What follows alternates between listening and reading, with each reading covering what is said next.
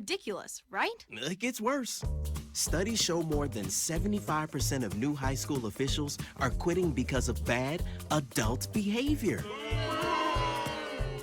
So now there's a shortage of refs here in Idaho, in almost all sports. No officials means no more games. Is that what you want for us? Come on, parents. It's time to grow up. Cheer for your team. Be proud of your children. But stop being so ridiculous. And don't make us run another commercial. Because we will. This message presented by the Idaho High School Activities Association and the Idaho Athletic Administrators Association, reminding you to always practice good sportsmanship. Welcome to the Ryerson Family Backyard Games. There will be obstacles to face and challenges to overcome. Are you ready? Taking the hard path isn't always easy. It takes courage and determination to do hard things. Quitting tobacco and vaping is possible. You decide when. We'll show you how. Learn more at projectfilter.org or call 1-800-QUIT-NOW. We're Valley-wide cooperative. For 100 years, we've been your first choice for residential and commercial propane, fuels, oils, and lubricants. We service HVAC, install water heaters, propane tanks, and accessories. And yes, we'll even deliver right where you need it. Because for us, serving is more than a job, it's a way of life. We are proud to employ your neighbors and to be a cornerstone of your community. We're Valley-wide. Yesterday, today, and tomorrow. We're here for you. Former regional champ and back end training. That's commitment. Ow! Oh, tough start. This is not as easy as it used to be, folks. And she's off. Obviously pushing through some pain. Every muscle is begging her to stop. How's she doing this? I'm not even sure she knows. Look at her go. And stop. Come on. And go again. It's literally the home stretch. Whoa! She made it. Feel the elation. What fuels that kind of fire? I am Kevin, and I'm from Idaho Falls. It's important for the disabled to be vaccinated because of COVID. I chose to be vaccinated because I didn't want to be sick or in the hospital. Getting the vaccination, my experience was painless and worth it. It was a very wise choice. Look at that. The unmistakable swagger of someone fully covered with health insurance through Your Health Idaho for as low as $0 a month. If you're as speechless as I am right now, say nothing. Health yeah! Enroll by December 15th and you could qualify for quality health insurance starting at $0 a month.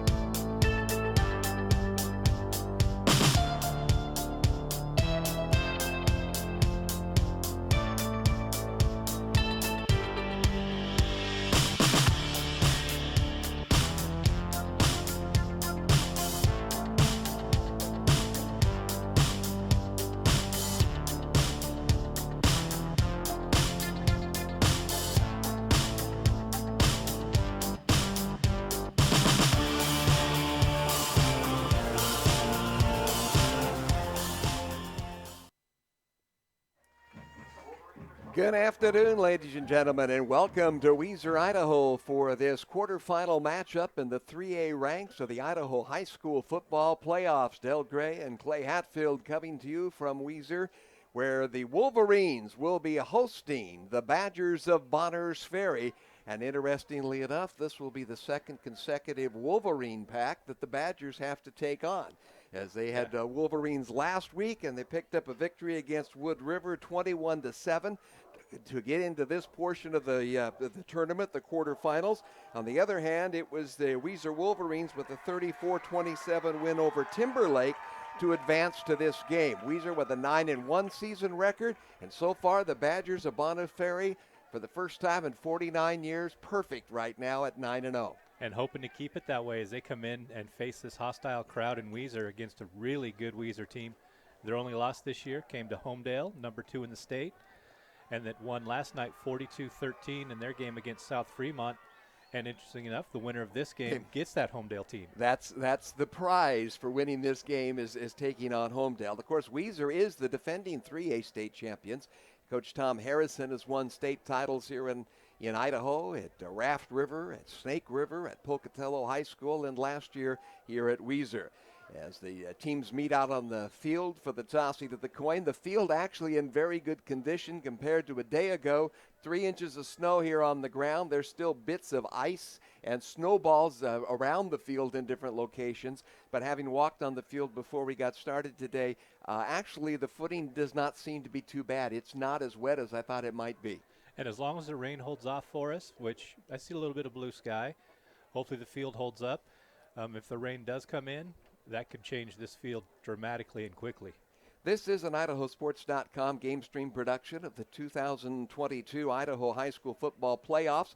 Tournament coverage on IdahoSports.com is presented by Project Filter, Your Health Idaho, the Idaho Department of Health and Welfare, and the Idaho Transportation Department. Also brought to you by Valley-Wide Cooperative and your local Toyota dealers. Local sponsors for this ball game include Hank Willis Dentistry, P1 FCU, MTE Communications, Title I, Weiser Classic Candy, Les Schwab Weiser, Farmers Supply, Dilly Dental, Heartland Ag, Idaho Housing, Weiser Memorial Hospital, and Advanced Physical Therapy. Great for the small town communities in Idaho. They come out and support their high schools. They'll be here in the field, and they certainly are supporters on IdahoSports.com. That's fantastic. What a great list that is. Well, we're just about ready to go. We expect this one to be a very interesting ball game. In talking with head coach Travis Hinthorn of Bonners Ferry, he's just so pleased at how his team has developed and grown game after game after game this year.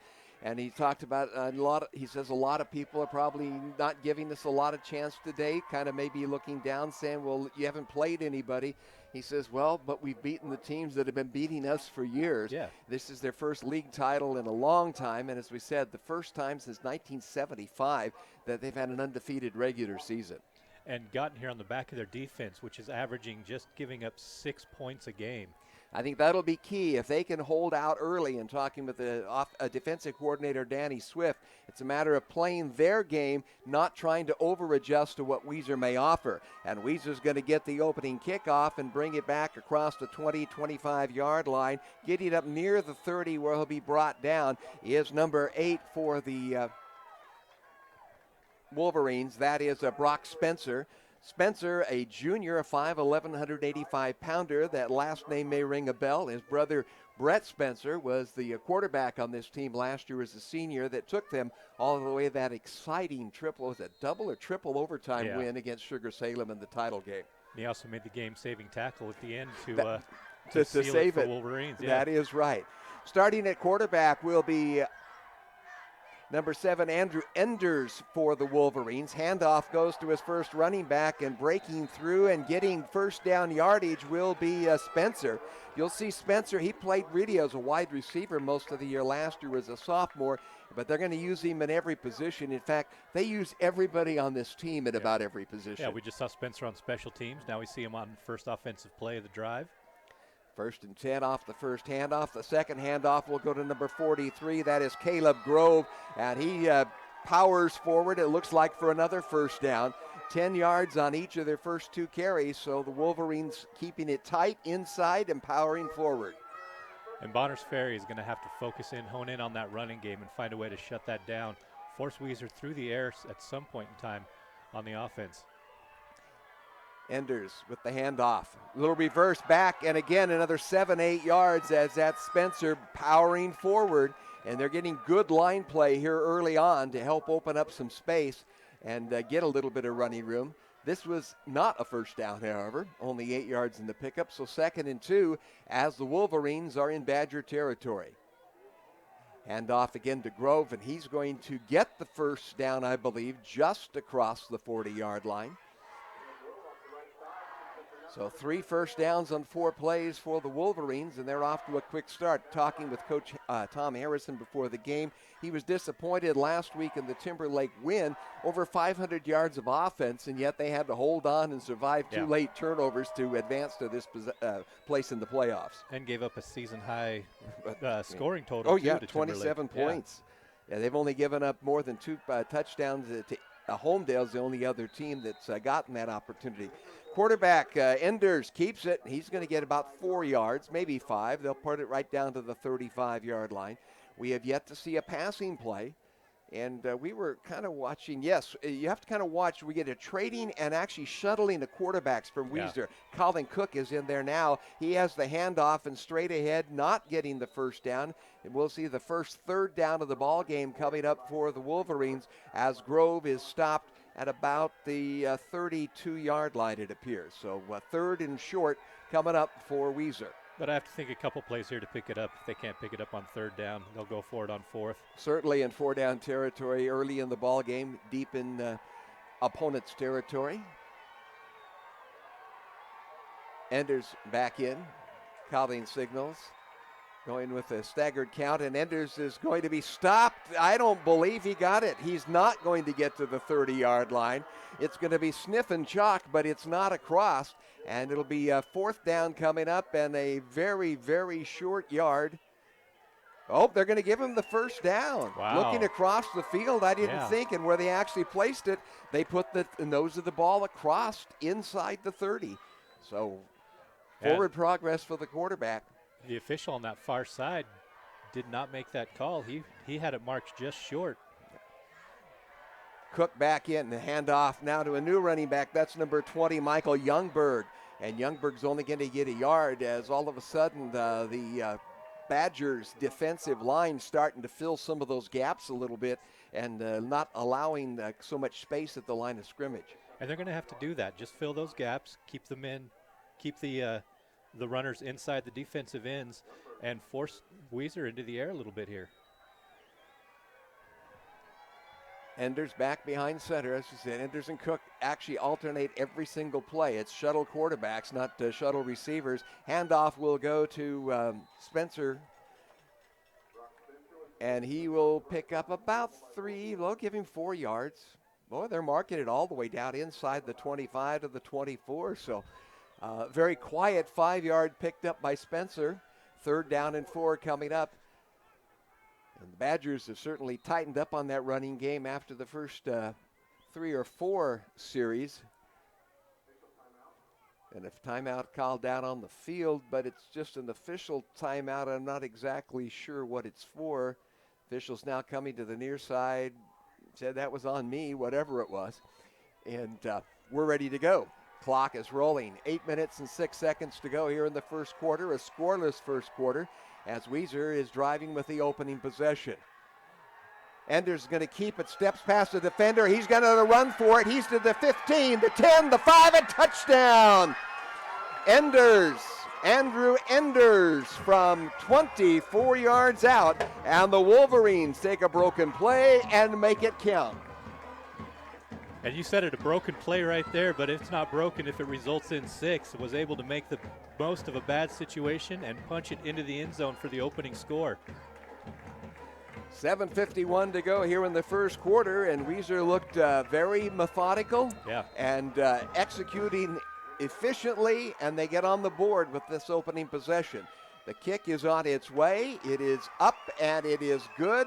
The extra point by number 35, that is Rynden Olson, and it's a 7-0 Weiser advantage. We're not quite halfway through the first quarter, and we're going to have a kickoff coming up from the Wolverines in just a moment. MTE Communications is your local internet provider, bringing high-speed internet service to Weiser. MTE Communications, a proud sponsor of the Weiser Wolverines and all their youth, because they matter. Good luck, Weiser Wolverines, say the folks at MTE Communications. Hank Willis Dental is proud to serve the Bonners Ferry community and support Badgers football. When you visit their office, you will experience all that modern dentistry has to offer, including a comprehensive list of general, restorative, and cosmetic dental services to meet the needs of the whole family. Their goal is to assist each patient in achieving and maintaining long-term dental health and a beautiful smile. Part of their commitment to serving their patients includes providing information that helps you make more informed decisions about your oral health needs. Be sure to visit hankwillisdds.com to learn more or to schedule an appointment. Here comes the kick for the Wolverines. It'll be taken back at the 5-yard line. Bringing it up on the far side is Blake Rice, and Rice is going to get it all the way out across the 30 to about the 33-yard line. So Rice, who is not only the quarterback, he's the kick returner, and he's their key safety in the defensive backfield. So I guess you'd call him your All-American at 6'1", 215. Yeah, in these small schools, you're going to see that. We saw Spencer on the other side returning the opening kickoff for Weiser and then get some time in on offense. We'll see him on defense. So a lot of these guys are going to play not just 2 ways, but all 3 ways with special teams. As the schools get larger, they get fewer and fewer. I did the Rigby Eagle game last night, and I don't believe there's anybody that played both ways in that particular one. And they had specialists at the 4A. It gets a little bit more, but certainly at the 3A and smaller ranks, you play the athletes that you've got. Handoff, and the first drive forward, running with that football is Cleo Ensley. And Ensley's going to get back to the line of scrimmage. Maybe they're going to give him a yard. Yeah, it was Caleb Grove there that blew that play up for Weiser. Ensley was coming off the left side of the line, and he gets no yardage. He had 3 scoring touchdowns last week in the win against Wood River. Now they're going to take it out into the flat. Nice pass out to Tegan Banning from the quarterback Blake Rice, and a first down with about a 12-yard completion. So the first down of the ball game for the Badgers. I'm a little surprised to see the play action pass there. And talking with the coach, we're pretty much a running team. Yeah. But the first pass of the game complete for a first down. You're right, it is first of the game. Yeah. That entire Weiser drive of 70 yards was all on the ground. On the ground. Wasn't intended to be. Yeah. But it worked out well. Yeah, it worked out well. Pass to the near side, out into the hands of Cleo Hensley, out of the backfield. So 2 quick passes, and they total up 21 yards. And we have 2nd down and 2 coming up for the Badgers of Bonners Ferry, and they are in Weiser territory at the 46. And what's good about completing those 2 early passes is it'll open up that running game a little bit for Bonners Ferry and give them some options on offense. Coach Hinthorn probably looked out there and says, Weiser stacking the box to start this ball game. We're going to have to stretch this a little bit. And in talking with him, we were talking about his style of offense, and he says, well, that's a little hard to say. I says, well, what are you, a pro set? Are you a spread offense? And he says, we're everything. Yeah, whatever we have to do whenever we get an opportunity. Timeout being called by Weiser as they're apparently wanting to try to refigure out what's happened in the last couple of plays. At Title I, there is a difference, and we're proud to sponsor the Weiser Wolverines. We're a local title and escrow company with 5 locations in the Treasure Valley, including right here in Weiser. The folks at Title I understand the significance of their investments, and their experienced staff is dedicated to walking you throughout that process. For timely online title orders and property profile requests, visit TitleOneCorp.com or call 208-414-1455. Go Wolverines for everyone at Title I. Weiser Classic Candy and Deli, proud supporters of Weiser Athletics, wants to wish the boys good luck at tonight's game. Go get 'em, boys. And we're going to have to swing by there before we leave town tonight. Grab some sweets to take with us, and great deli there at Weiser Candy, Classic Candy and Deli. 2nd and short coming up for the Badgers in Wolverine territory. That's Rice in trouble, and it looked like he wanted to run, but the space wasn't quite there in front of him. Nothing was developing downfield. He finally dumped it off. It'll be dropped incomplete, short of the first down, I think, even if they'd completed it. And they actually picked up about a half of a yard on the placement of that football. I guess that works. That's all right. It was Levi Estes there providing the pressure on the quarterback. 3rd down and short for the Badgers, trying to counter that early drive by Weiser.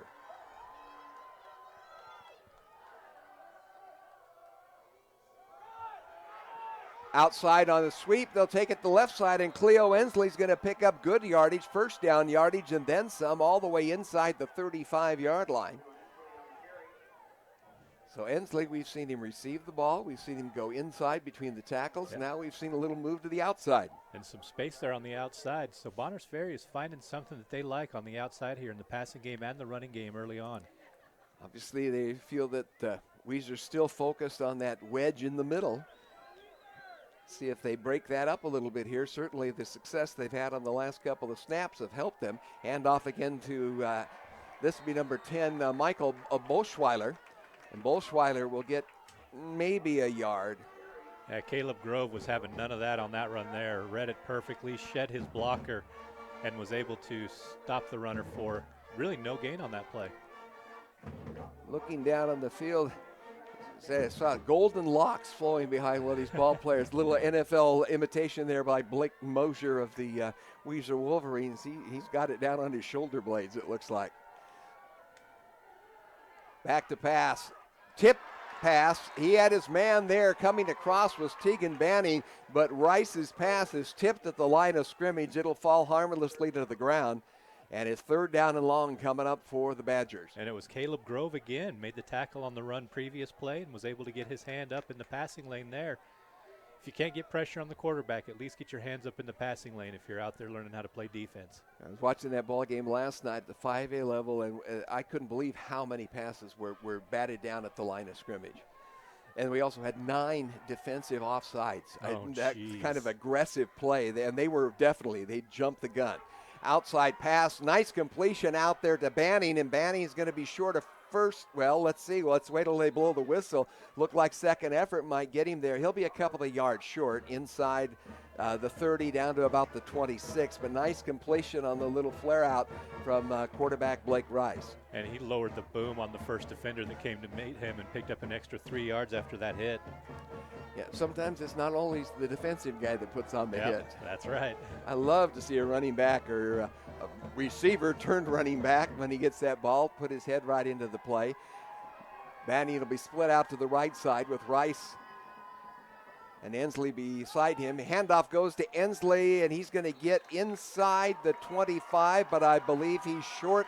He had to get to the 18. He got to the 19, and so on 4th down, the Badgers, after an impressive drive and 4 minutes off of the clock, come up empty, and they'll turn the ball back over to the Wolverines at the 25-yard line. Yeah, both teams showing a lot of runs, chewing up a lot of clock.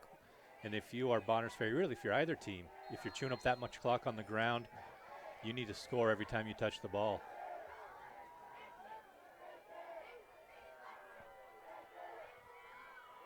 Rolling to the near side with the football for the Enders. Will bring it around the end, but he'll be cut off for a short gain. We'll give him a 6-yard pickup to the 30. Nope, we're going to take that back and give him to the 30.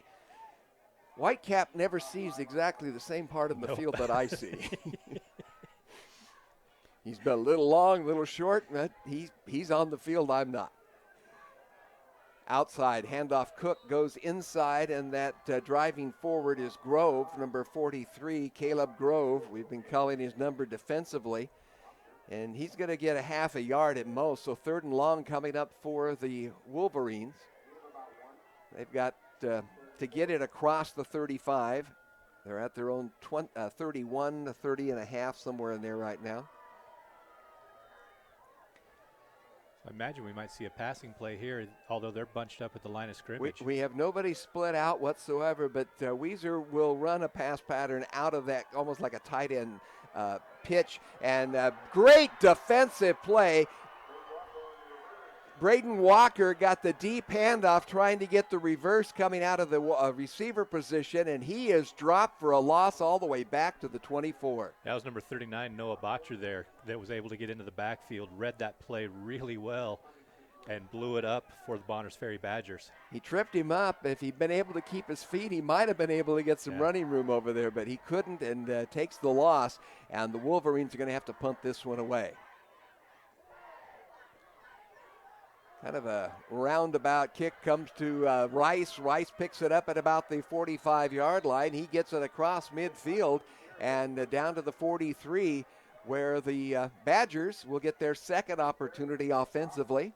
They drove, turned it over on downs. Let's see if they can measure this one up. We have 2 minutes and 38 seconds remaining here in the first quarter. It is a 7-0 lead for the Weiser Wolverines. And they'll just about get the ball back where they gave it to Weiser on that last possession on downs. So really a quick 3 and out for Bonners Ferry. Nice job defensively. giving the ball right back to their offense in plus territory. Anytime you can start it in plus territory, it's a plus. Yeah, absolutely. Rice looking downfield, fires off the middle, it's picked off, and is that Grove? Yes, it is. Caleb Grove just simply was kind of hiding behind a teammate and stepped in front of the pass. It looked like it was going to be a wide open pass pattern, and Grove steps in, takes it away. First turnover over the ball game, and Weiser starts at midfield.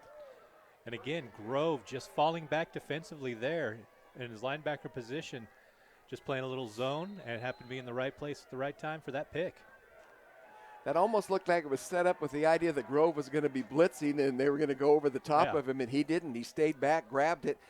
Enders is looking downfield. He wants to air this one out. He puts it out there a little too strong. He was putting it out there in front of Braden Walker, and Walker cannot catch up with it, though he had a step or two on the defender. Yeah, just a little too much mustard on that hot dog right there, or that might have been a 6. So Enders will come to the near sideline where Colin Cook goes in at the quarterback position. And again, if you just joined us, Weiser shuttles quarterbacks every play. Yeah. Very interesting. Sophomore Cook and senior Enders. Cook with the flare out onto the far side into the hands of Michael Youngberg. And Youngberg will get some positive territory down inside the 45.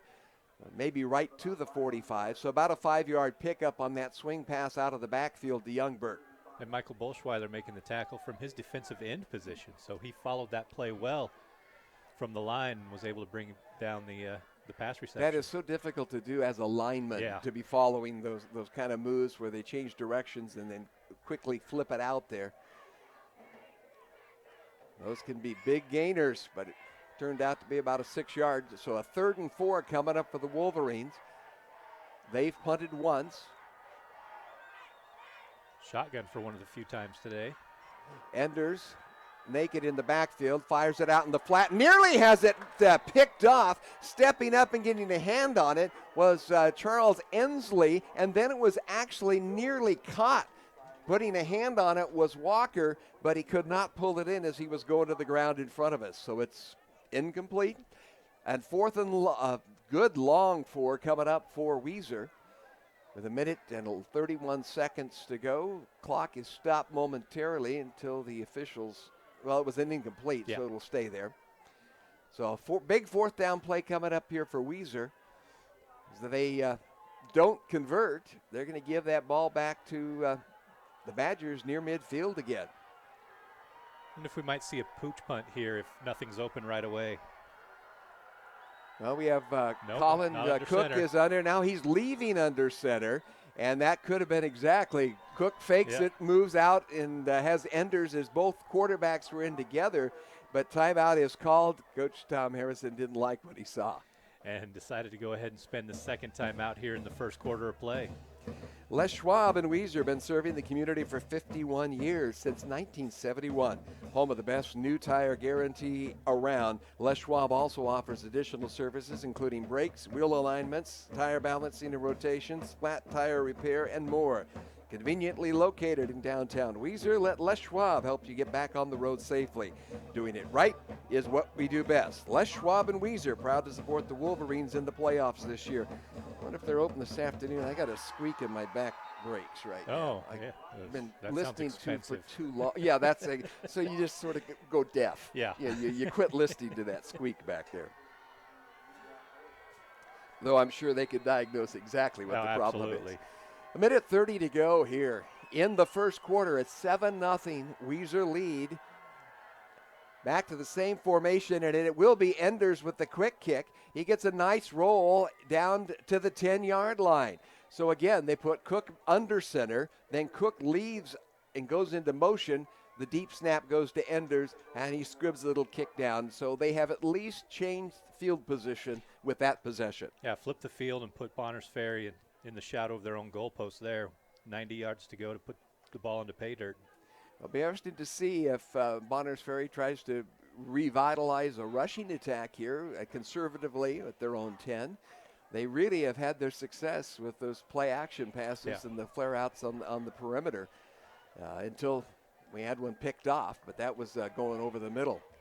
Rice going to take the snap deep. He's going to follow a blocker. He's going to get back to the line of scrimmage and maybe a yard or two. Just good job there defensively by Weiser to stretch that play out to the sideline. You want to have patience as a running back and finding that position, and Rice was certainly showing that. The problems when you're maybe a little too patient and nothing opens up, it does give more of that defense an opportunity to adjust and move down the line of scrimmage with you. Rice with Cleo Ensley behind him. Fakes the handoff. Rice going to fire out a pass, and his receiver was not looking. He had Tegan Banning out there, and he also had Charles Hensley out there.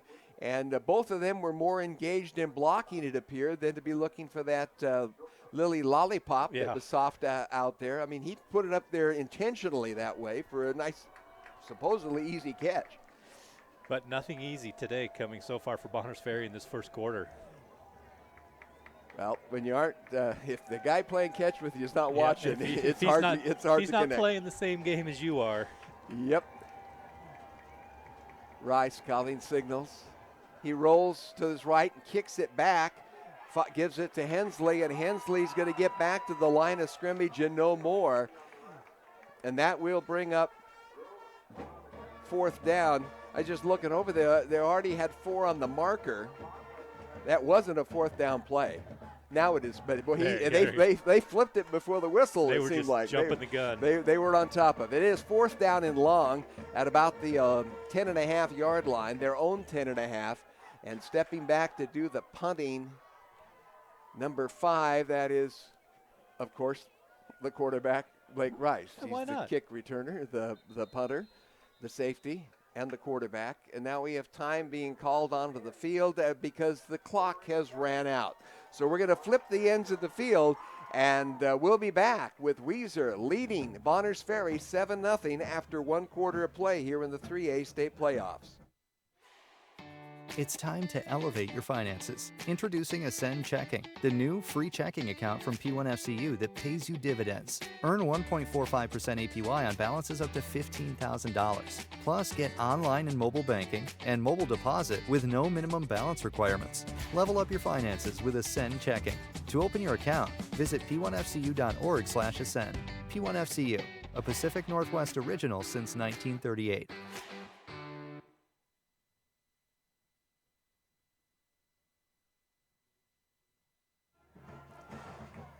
Well, in the first 12 minutes of this football game, we've seen 2 sides of the game of football. The first possession for both teams were nice offensive drives down the field, but the defenses have taken control since then. And Weiser was able to capitalize on their opening possession and score off of a scramble. And Bonners Ferry, on the other hand, now looking at possibly their first punt of the ball game. I would anticipate this will be coming up from Rice, as he's going to be actually with his the back of his cleats in the end zone.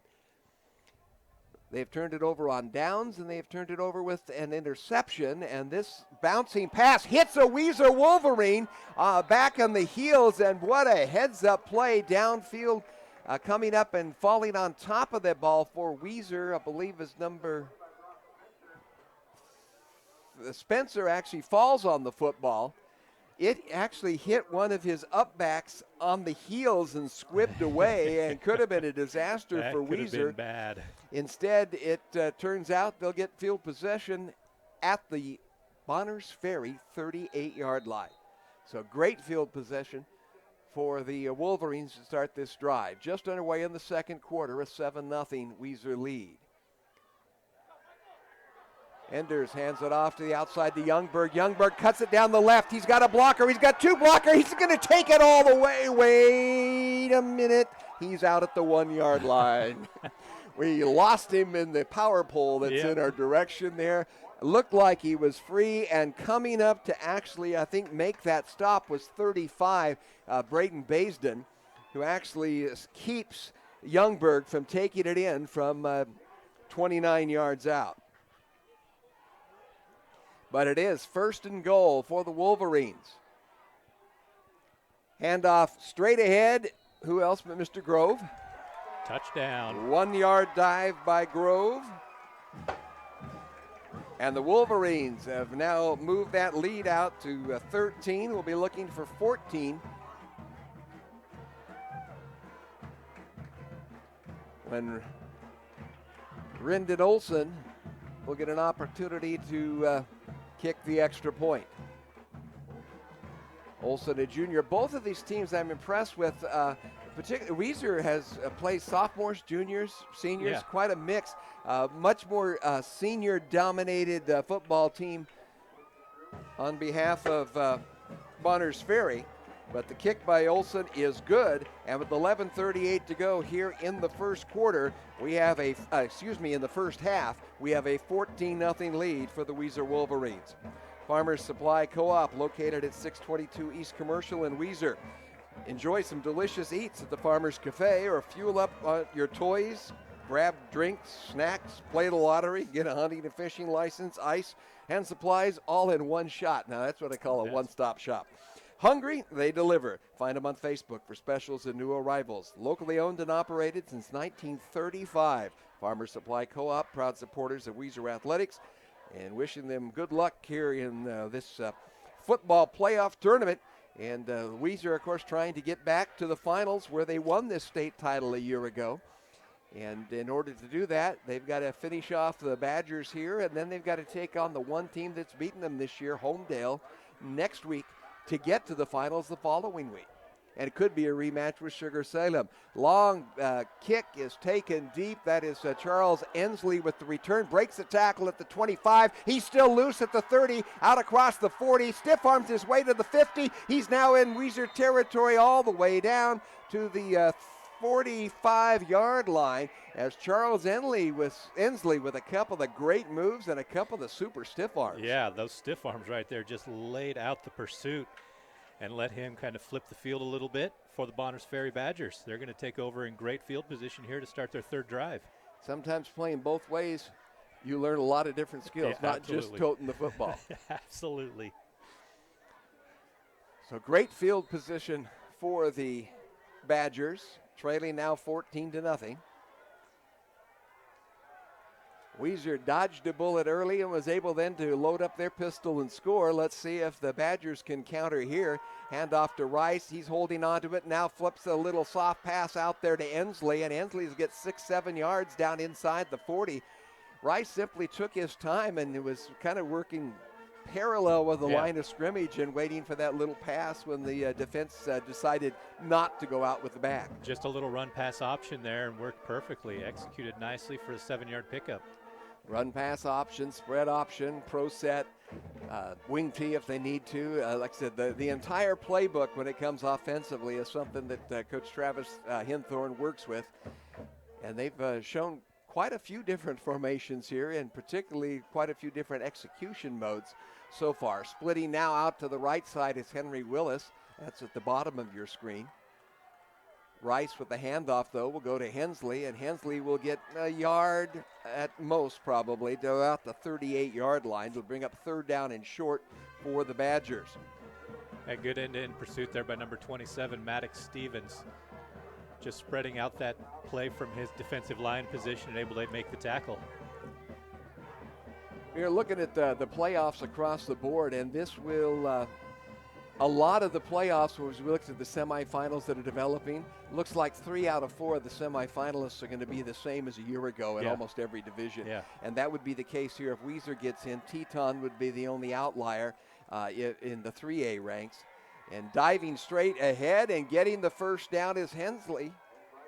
Take that back. That was number 10, Bolschweiler, that picks up the first down to the 34-yard line. Yeah, Excuse me, the 30-yard line. Bolschweiler, 5'11", 200 pounds. That low center of gravity just allowed him to get behind his line and push forward. Yeah, he just kept pushing his way and got the space that he needed. So the Badgers see if they can strike pay dirt here. Weiser has posted 5 shutouts this season. And, of course, haven't been a lot of points scored against Bonners Ferry this year either. Both these teams have been very, very stingy on the defensive side of the ball. Yeah, Bonners Ferry only gives up 6 a game. We've already given up 14 here to the Wolverines. Rice firing across the flat, catches a man, and he's going to take it in for the touchdown. That is Rice to Charles Hensley. Hensley coming out of the slot on the left side, and he's going to take it in from 30 yards out, and the Badgers are on the board. Just a great route run there. Perfect slant pattern to the post. Nice pass and finishing it off for the score. 30-yard connection from Blake Rice to Charles Hensley. And we have ourselves a football game with 9 minutes and 53 seconds remaining here in the second quarter. And the offenses that looked like they were getting kind of stymied late in the first quarter have come alive here in the second period of play. And Rice will see if he can close the gap with the extra point attempt. Kick is on its way. It looks good from here. The officials agree with me, which is always nice. It's always good when that happens. 9:53 to go, and it's a 14-7 Weiser lead as that lead has been cut in half, and the Badgers will be kicking off shortly. At Heartland Ag, application is what they do. They are application, from Case and RBR application equipment, tanks, trailers, and all your spraying and spreading needs. Located in Burley, give them a call at 800-994-9120 or find them online at heartlandag.com. Dilly Dental has been providing you with a personalized quality dental care that you deserve since 2013. When you visit Dr. Dilly at Dilly Dental Office, your smile is their top priority. They offer implants, crowns, bridges, in-office bleaching, and even Botox. Dilly Dental can meet the needs of your entire family at either their Weiser or Cambridge offices. Dilly Dental, proud supporters of Weiser Athletics. And towing it up will, of course, be Rice. He's got the foot for the kick. He's got the foot for the punt. He's got the arm for the throw, and he's got the legs for the run. The senior does it all.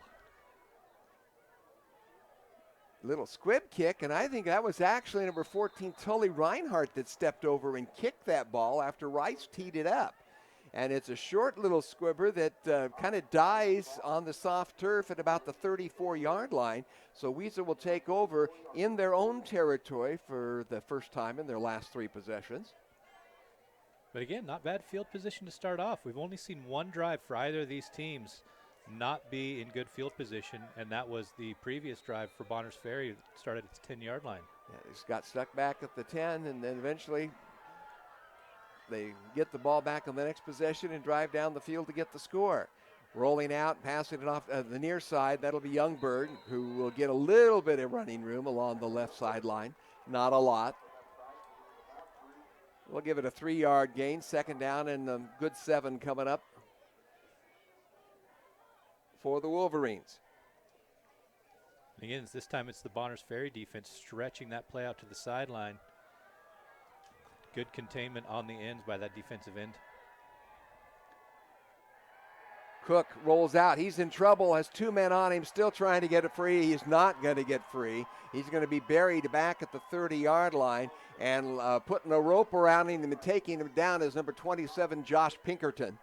Pinkerton had him wrapped up, and Cook wouldn't go down, but Pinkerton wouldn't let go, and finally he just sat down and brought him down with him. Yeah, and Pinkerton just bull rushed his blocker right there, pushed him straight into the backfield, right into the Weiser quarterback. So a big loss on the play, about 5 yards, to bring up 3rd and 12 now for the Wolverines, as Enders is back at the quarterback position. In the shotgun, takes the snap. He's looking downfield. He's firing it out into the flat. He has a man open, and he has a completion. Waiting for the ball and pulling it in is Malachi Scott, and Scott will rope it at about the 44-yard line where he's brought down immediately. But he just floated that out there and let Scott go to the ball. Let Scott come right underneath it. Good job by Scott to pick up the ball in flight and make the adjustment to come back to it. We have not seen that much passing from Weiser in the ball game. So let's see if they open it up on this possession. They're going to go back to the ground and pound and give it up to Grove, I believe. Yep, they gave it to Grove there. He just lowered his shoulder for a 5-yard gain. So the Wolverines back in Badger territory, seeing if they can get on the board again before the break. We have just under 8 minutes remaining here in the second quarter. A 14-7 Weiser advantage over Bonners Ferry in the final 3A quarterfinal to be decided. The other three legs of the semifinal bracket are complete. We'll kind of review some of that later and at halftime. This time Ender's going to keep the ball and drive straight forward, and he on second effort gets first down, I believe, to the 4-yard line. Let's see where the official places it. I never want to guess watching the guy on the far side of the field. It is enough for a first down at the 34.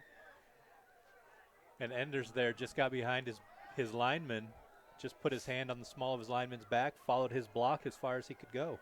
Very patient. Calvin Cook in at quarterback now. Handoff goes to Grove and just barrels forward. Grove weighs in at 185 pounds, about 5'10", just a junior. He's a big 185. I was going to say, he looks, I would not want to be on the receiving end of him coming at me. No. Of course, there's some big boys. Blake Rice, that quarterback and safety, is 215, 6'1", 215 for Bonners Ferry. So for 3A football, that's a pretty good-sized quarterback. Good body, yeah. Ender's going to fake it and take the drive, a little quarterback draw right up the middle for first down yardage. He's in the red zone, down to about the 18. So another first down pickup. And right now it's Enders making those calls at the line of scrimmage, finding the space and running with it. Yeah, and just being patient. And we've seen that all half so far from Weiser, just patient running. Waiting for their blockers to get in position and just following right behind them. Cook back at the quarterback spot, hands it off to the second man through, and a nice defensive tackle made on Youngberg there. Coming up with who else but Mr. Rice. Yeah. But it's never good when your safety's having to make the tackle on a run. Right. But he was up to the line of scrimmage, too. That tells you they're not playing for the deep ball right now. They're playing that line of scrimmage, and because Weiser does not send receivers wide, hardly at all. And they're bunched up right here again. And maybe two bunched. Let's see. We got a flag thrown on the near side, and that either is delay a game or an offside. Oh, it's an offside, a defensive offside. I mentioned I saw so many of those last night. Seems like most of the times you hear a whistle that stops play, it's usually a movement on the line or somebody on the offensive side. But that'll give a free 5 to the Wolverines, and they're now faced with second down and about 2 at the 10-yard line. And that's our first flag of the game here, and it comes with 5:51 left in the second half. All right. Yeah. There's been no laundry today. It's been a really well-played first half from both teams. Kind of fast-paced, it seems like, too. Lots of running. Handoff straight ahead and getting, I think, enough for the first down. It may be close. I think it's going to be close. They're calling time on the field. I don't know if it's to adjust the chains or to maybe measure. It looks like it'll depend on where they put that ball down in the middle of the field. They're putting it down, it appears, at about the 8, and across the way that may or may not be enough. Yeah, I think they're going to bring the chains out to check it. Don't see that a lot anymore, it seems like. No, I remember we seemed like we'd have chain crew getting a workout sometime at ball games, but seems like especially early in games they kind of give you the offense maybe the discretionary move when it's close or as they look across the field. It's not like all of these fields in Idaho prep football are laid out with lasers and are precise. No. And I have yet to see the yellow stripe that moves along with it when I'm at ball games. It's just not there. It's not there. Yeah. It's going to be short by about 3 chain links. Third and not much. That's right. Just a little heavy breathing there might have made it go. Let's see what the Wolverines do on 3rd and short. They are inside the Badger 10. Just get right under center and push. I would think Enders will just go with it. No, he's going to roll out and hands it back, and bringing it in for the touchdown from 8 yards out is number 8, Brock Spencer. So a little misdirection there, and Spencer has his first touchdown of the ball game on an 8-yard run. I think the Bonners Ferry defense was looking for what we were calling there, which is just a push from the quarterback right up the middle. And Spencer was able to find a hole and punch it in from 8 out. And a little misdirection there. He drops it through, and we'll have an extra point attempt coming up for Olson. He's 2 for 2. High snap, but the ball gets put down, and he has split the uprights again. And with 5:11 to go here in the first quarter, Weiser now starting to get back to their offensive pace of the season. They have 21 points here with a 21-7 lead.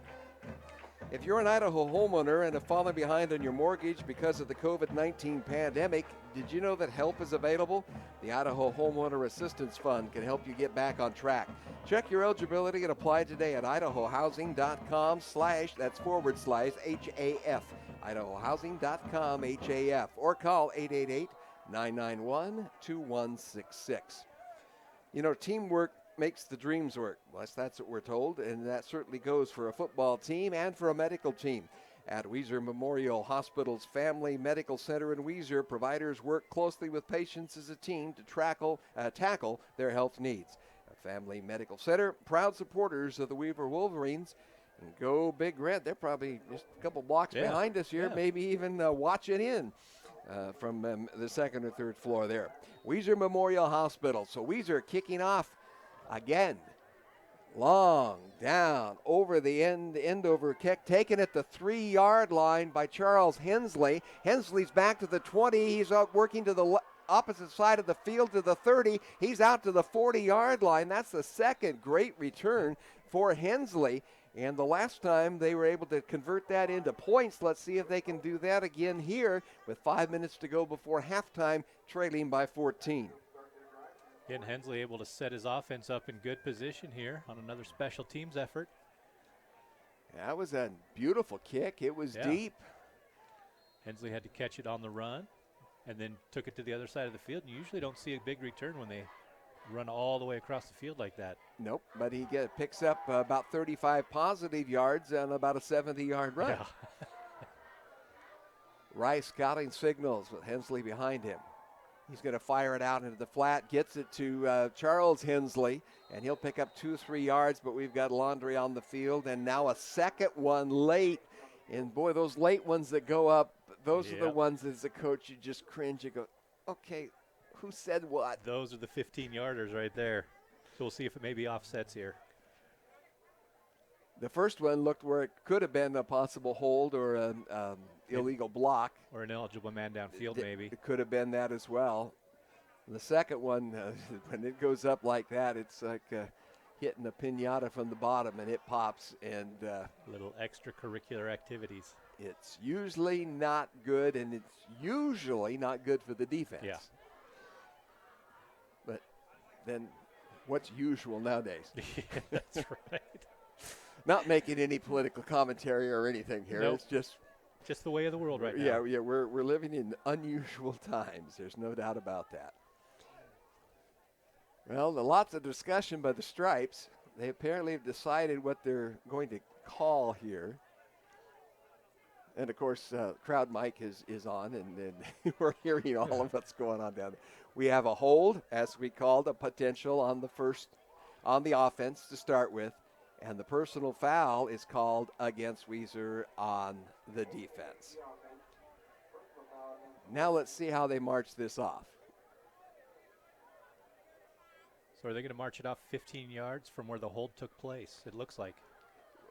Well, it looks like they marched it back for the hold and then went 15 yards from that. So the bottom line, it's about a 6-yard pickup for Bonners Ferry on the exchange.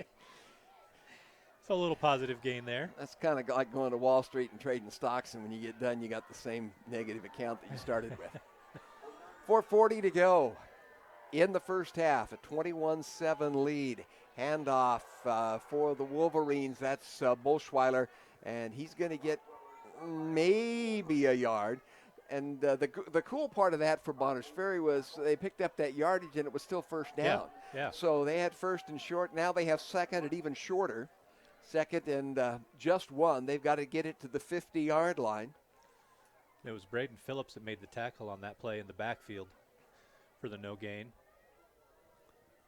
Shuttling out, Bolschweiler just left the field for Bonners Ferry. Henry Willis splits to the bottom of your screen. He's the wide out. Rice dropped the handle for a moment and then picks it up and gets the first down. Little broken play there. I don't think that's what he was intending to do, but when he couldn't hold the snap, he makes something out of it. He made 5 yards out of it and a first down. And he put a move on Trenton Hawker, the defensive lineman for the Wolverines, made him miss badly. And was able to turn what could have been a negative into a positive.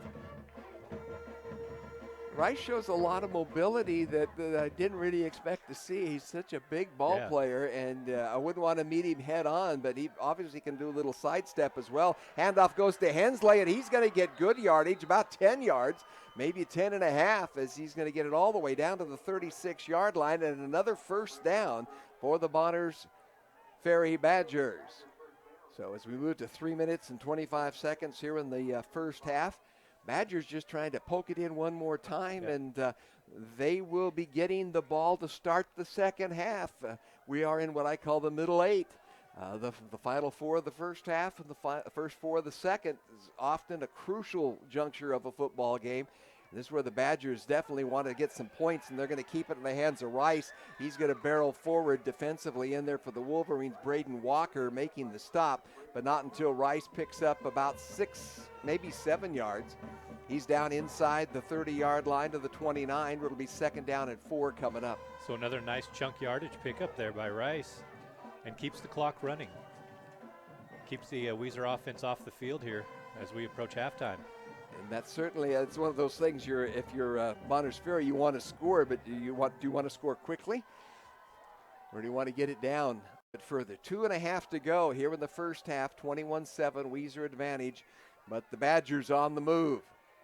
Rice in the pocket, chased out of the pocket, moving to his left, now fires back deep to the end zone, and it's caught! Is it a touchdown, or is that the 1-yard line? I can't believe that was caught. It was tossed in the air, and coming up with it is Henry Willis. He came back. A defender was in position, it looked like, but it was over his head, and Willis gets it at the 1-yard line. Just throw up a prayer, see if it's answered, and that time Willis was on the receiving end. Well, they've obviously spent some time on their knees because that one was answered well. 2 minutes to go here in the first half, and the Badgers knocking on the door at the 1. And it will be the quarterback, Rice, with just a little skip to the right, and he's in. Rice with his first rushing touchdown from 1 yard out. And with 1 minute and 54 seconds to go before halftime, the Badgers have closed this one down. They're within 8, and they can make it 7 if Rice kicks. And will they try to go for 2 here? It looks like he's going to put the mark on the field. He's got Tegan Banning squatting down to get the snap. So Rice going for the single extra point. Kick is on its way. It's between the uprights. It's high enough. It is good. The 2 kickers in this ball game were 5 for 5. And with 1 minute 54 to go before halftime, we have a 21-14 Weiser lead that has been trimmed back to just a 7-point margin. Advanced Physical Therapy in Weiser been helping athletes and spectators get healthy in the Western Treasure Valley for over 25 years. They want to thank you for choosing their clinic to meet your physical therapy needs here in the Weiser Valley. The entire staff would like to wish the athletes good luck at state. Right now, there's not a lot of luck involved with either of these two teams. They're just executing the lights out. They're just really executing their game plans here. A little passing, a whole lot of rushing, and able to move the ball up and down the field. You know, both defenses have already given up well past their season average, and well on their way to their season average in points scored are both of these teams. Well, we talked about defensive battle. It's not really an offensive blow-up. It's just a nice paced ball game so far. Just back and forth. Nice evenly matched teams. For the Badgers, their hope is they didn't leave too much time on the clock. 1 minute 54 before the break. Let's see if Rice and the Badgers do something creative on the kickoff here. Rice going to just put his foot into this one. It'll be driven back all the way to the 5-yard line, where Brett Spencer will bring it up. He's to the 20. He breaks the tackle across the 25 to the 30, and he's still fighting with 3 different defenders, and they're finally going to blow it dead at about the 34-yard line. So Brock Spencer with a very physical return of that kick. And Weiser with fair field position. Yeah. Like I said, they haven't been pinned back deep to start any possessions. No, they really haven't. We've only seen that one time, and that was with Bonners Ferry 3 possessions ago where they were pinned inside their own 10. Other than that, both teams have had really good field position to start. And the last 3 possessions in this ball game have been driven for scores. So the offense have had the upper hand here in the second quarter with 1:42 to go. And remember, Weiser only has 1 timeout left. They had to call a couple on defense early in the first quarter. Enders back to pass, firing downfield. Do we have a flag coming? Yes, we do have a flag. It was not from the official that was there, holding on and not letting Malachi Scott loose. I believe that was number 4, Walker Hensley, that's going to be whistled for the personal pass interference call. But remember, in high school ball, a PI sometimes is a very good defensive play. Yeah, I wish they would change that rule. You wish they'd go to the spot of the foul? Yes, it almost rewards the defense at times. And it certainly gives you that option because if you're deep and the guy has got you beat, then just take him out. It's going to cost you 15, not 50. Weiser up at the 44 with the 1st and 10. Cook back to pass. He's going to fire it downfield. He overthrows his intended receiver. He was trying to get it out to Brock Spencer. Spencer had a step, but Cook's pass just a little bit skinny, and it goes a little bit long, incomplete. And Spencer had a couple steps there. He was open, just couldn't make that connection. If he'd been able to run under that one, he had nothing but green grass in front of him. 1:32 to go. So we're clipping down in the last couple minutes, taking a while because we've got a lot more passing going on. Enders back in at quarterback. Receiver split down. Enders going to take it on a quarterback design draw. He's going to take it across the 40 all the way down to about the 34-yard line. And Enders just saw a wide gap on the left side of his line as Bonners Ferry was trying to cover those receivers that were split out, and he makes a big gainer of about 19 yards out of that. It'll be 1st and 10 from the 34. And he just spiked the ball right there to kill the clock. Knowing that he only has 1 TO to work with? Yep. So heady ball. And was that Enders or was that? That was Enders, there was no switch there on the QB. So they didn't switch after their run. They kept him in there. Enders, the senior. Calvin Cook, the sophomore. Now Cook is coming into the game. And he'll be counting the signals this time. He's the passing quarterback. Well, so far, I think both of them have aired it out a little bit, and both of them have taken off on a run. Let's see what Cook says. It's 2nd down and 10 at the 34-yard line of Bonners Ferry. Handoff, quick handoff inside to who else but number 43. That is Caleb Grove. And that's the man you want for 2-3 yards, but with now just 1 minute and 8 seconds and the clock rolling, not sure you want to play that game. 3rd down and 7 for the Wolverines. Time to put something in the air here, I imagine. Enders back in. He rolls back, and he's going to be nailed. And he loses the football, and it looks like Bonners Ferry has their first takeaway. They do. It was number 58, Travis Peterson, from his defensive line position, came through absolutely untouched and buried the quarterback, forced the fumble. And did he actually get on it too? No, it was number 52, Dylan Mai, that got on it. Mai got on that ball, and boy, that was a huge play. All of a sudden, now you have 50 seconds, and I believe Bonners has at least 2. They have all 3 of their timeouts. I think they have all 3. So they have it at their own 40-yard line, but the first turnover by Weiser in the football game. So each team with 1 now. And Bonners Ferry a chance to actually even this up before the break.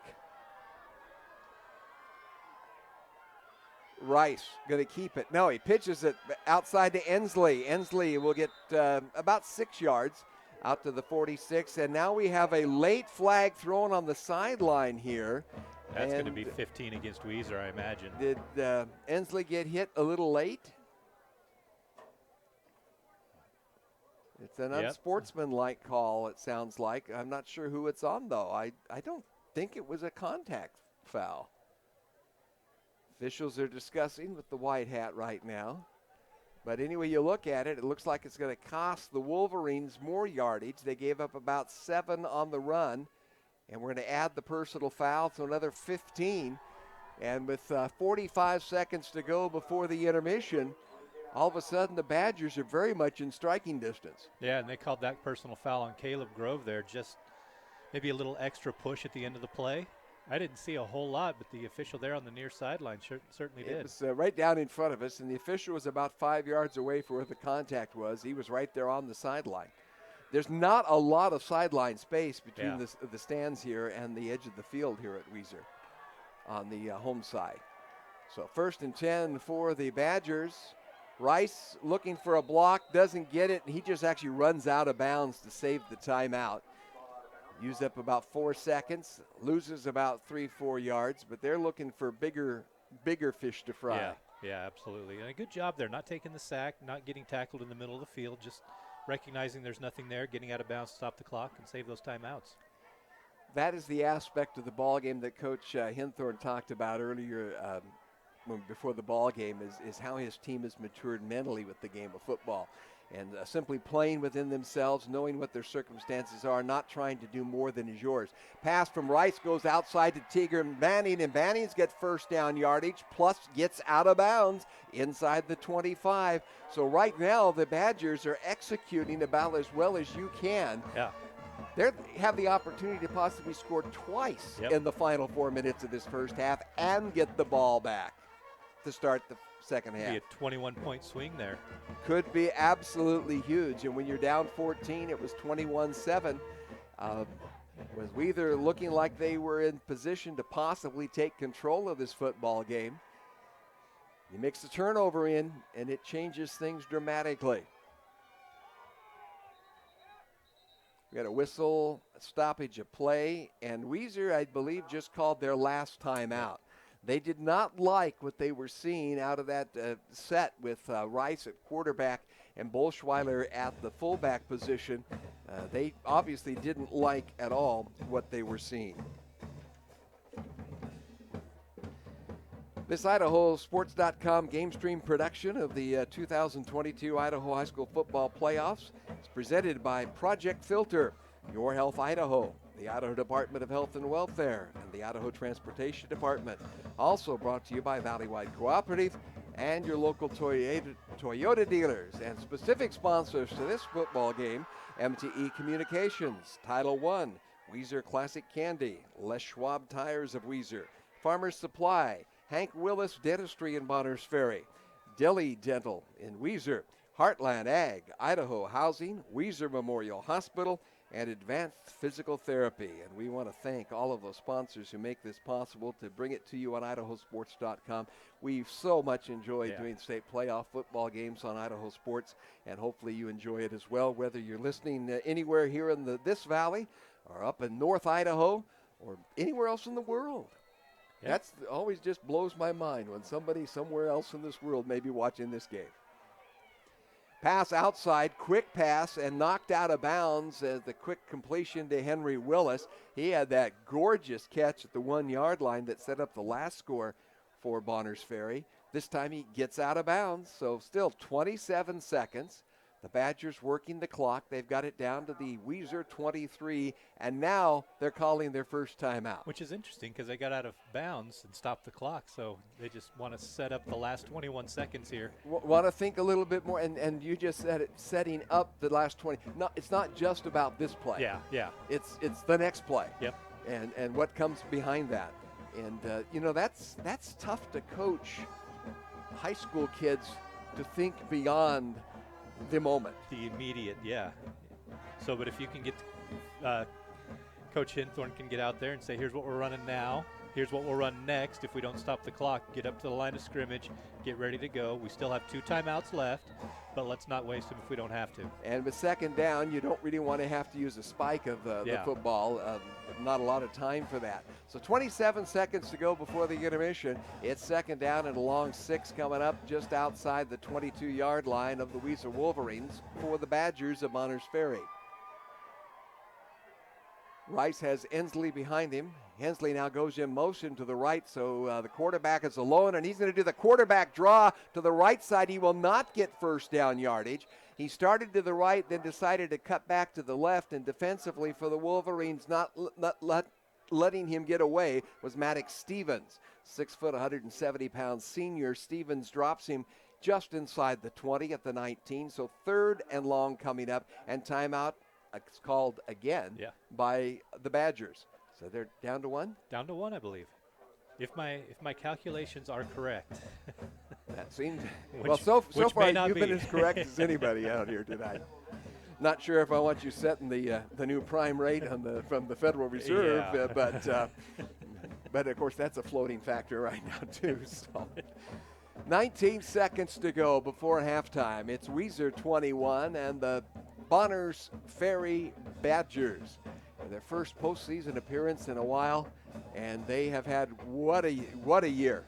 Undefeated, 9-0 right now. First time in 49 years to go undefeated in the regular season. They've already added a playoff victory on top of that, and boy, would they love to be able to bump this into the next round and take on Homedale. They'd have to travel back to the Treasure Valley again next week. That's a tough travel combination. Pass goes outside, and nice first down completion from Rice to number 12, Henry Willis. And Willis skitters out of bounds down around the 14-yard line, enough for the first down. Only used a couple of seconds off the clock. And well that's executed. The important thing, pick up the first down, stop the clock.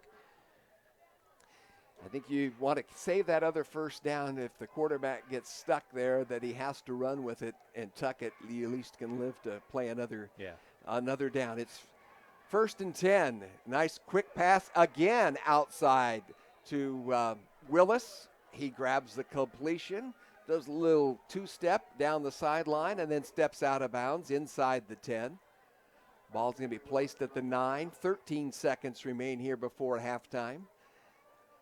We would be, I would assume, in field goal territory because we've seen a solid leg out of Rice from the extra point conversion, so that would be a possibility. Always a nice option to have. But you got it second down. You got 3 downs.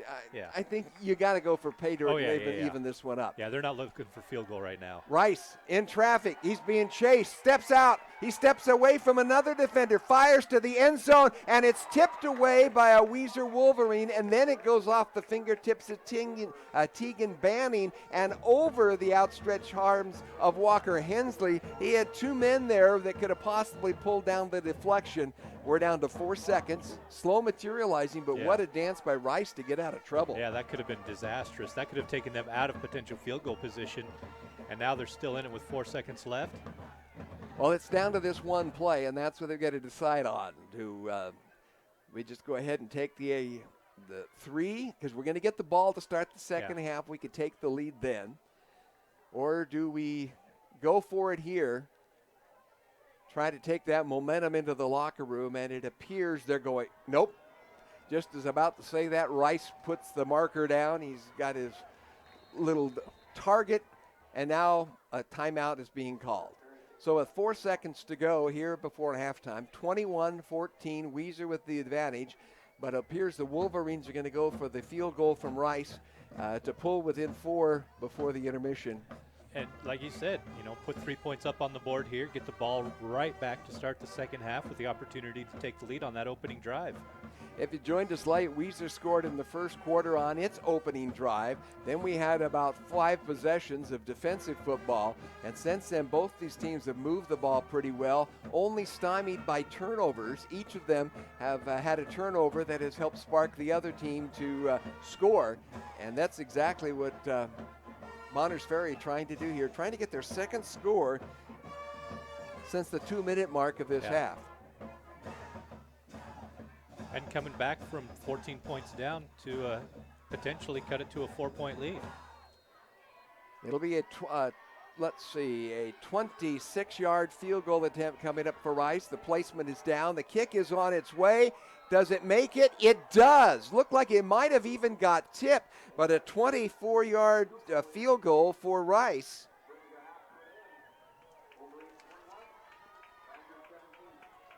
And that is the end of the first half as the Badgers of Bonners Ferry have closed that 21-7 gap down to 21-17 here at the intermission. And they'll be getting the kickoff to start the second half into their hands. We may have seen a major shift in the momentum of this football game, but a lot can happen in the last 24 minutes of this contest. So, Clay, great first half for both of these teams. Half. Yeah, absolutely. Both teams able to run up and down the field, put some points on the board. But defenses have stepped up at times and were able to shut down drives. So we've seen a nice balanced game here from both teams. Really is. We've seen a little pass. We've seen a little run. We've seen some special teams. Just everything that you would love to see in the state high school playoff football. And that's what we've had here so far this afternoon in Weiser. It is halftime. Weiser with a 21-17 lead over the Badgers of Bonners Ferry. We'll be back after these words from some of our sponsors.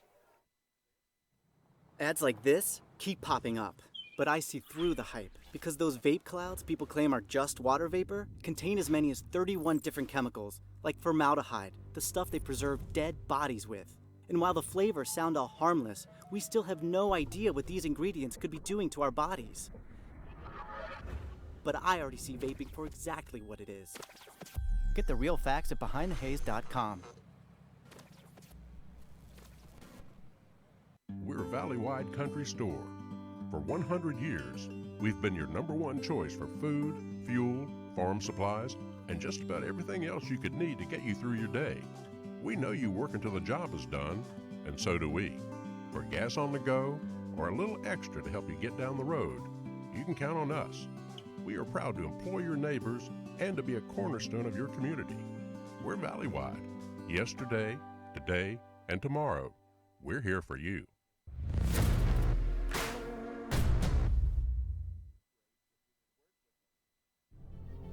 Look at that.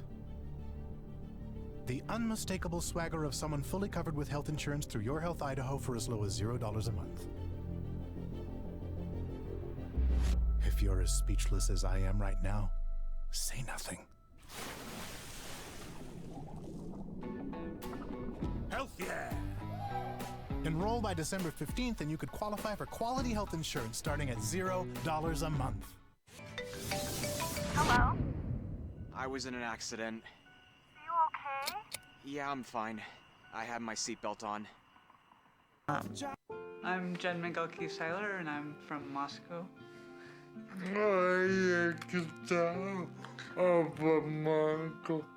I think it's really important to get vaccinated because it's not just about me and my health, it's about the people around me. We have a lot of friends who have disabilities or have different health conditions. I want to make sure I don't make anyone sick. So we chose to get vaccinated to keep each other healthy. Taking the hard path isn't always easy. It takes courage and determination to do hard things. Quitting tobacco and vaping is possible. You decide when. We'll show you how. Learn more at projectfilter.org or call 1-800-QUIT-NOW.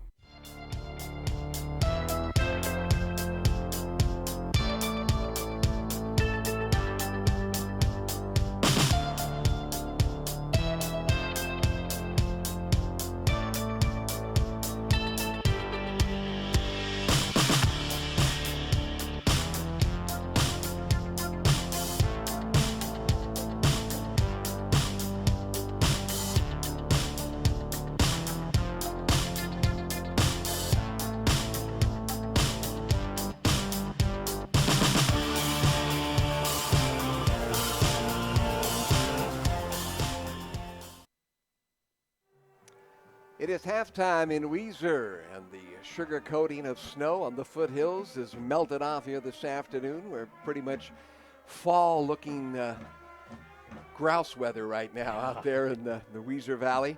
The field here is actually in very good condition. Yesterday, about 3 inches of snow was on the ground, and there's, if you look in the far right end zone, just behind the goalpost, there's a few snowballs that are still remaining from clearing of the field yesterday, but overall the field conditions have not been a factor whatsoever as far as negative in this game.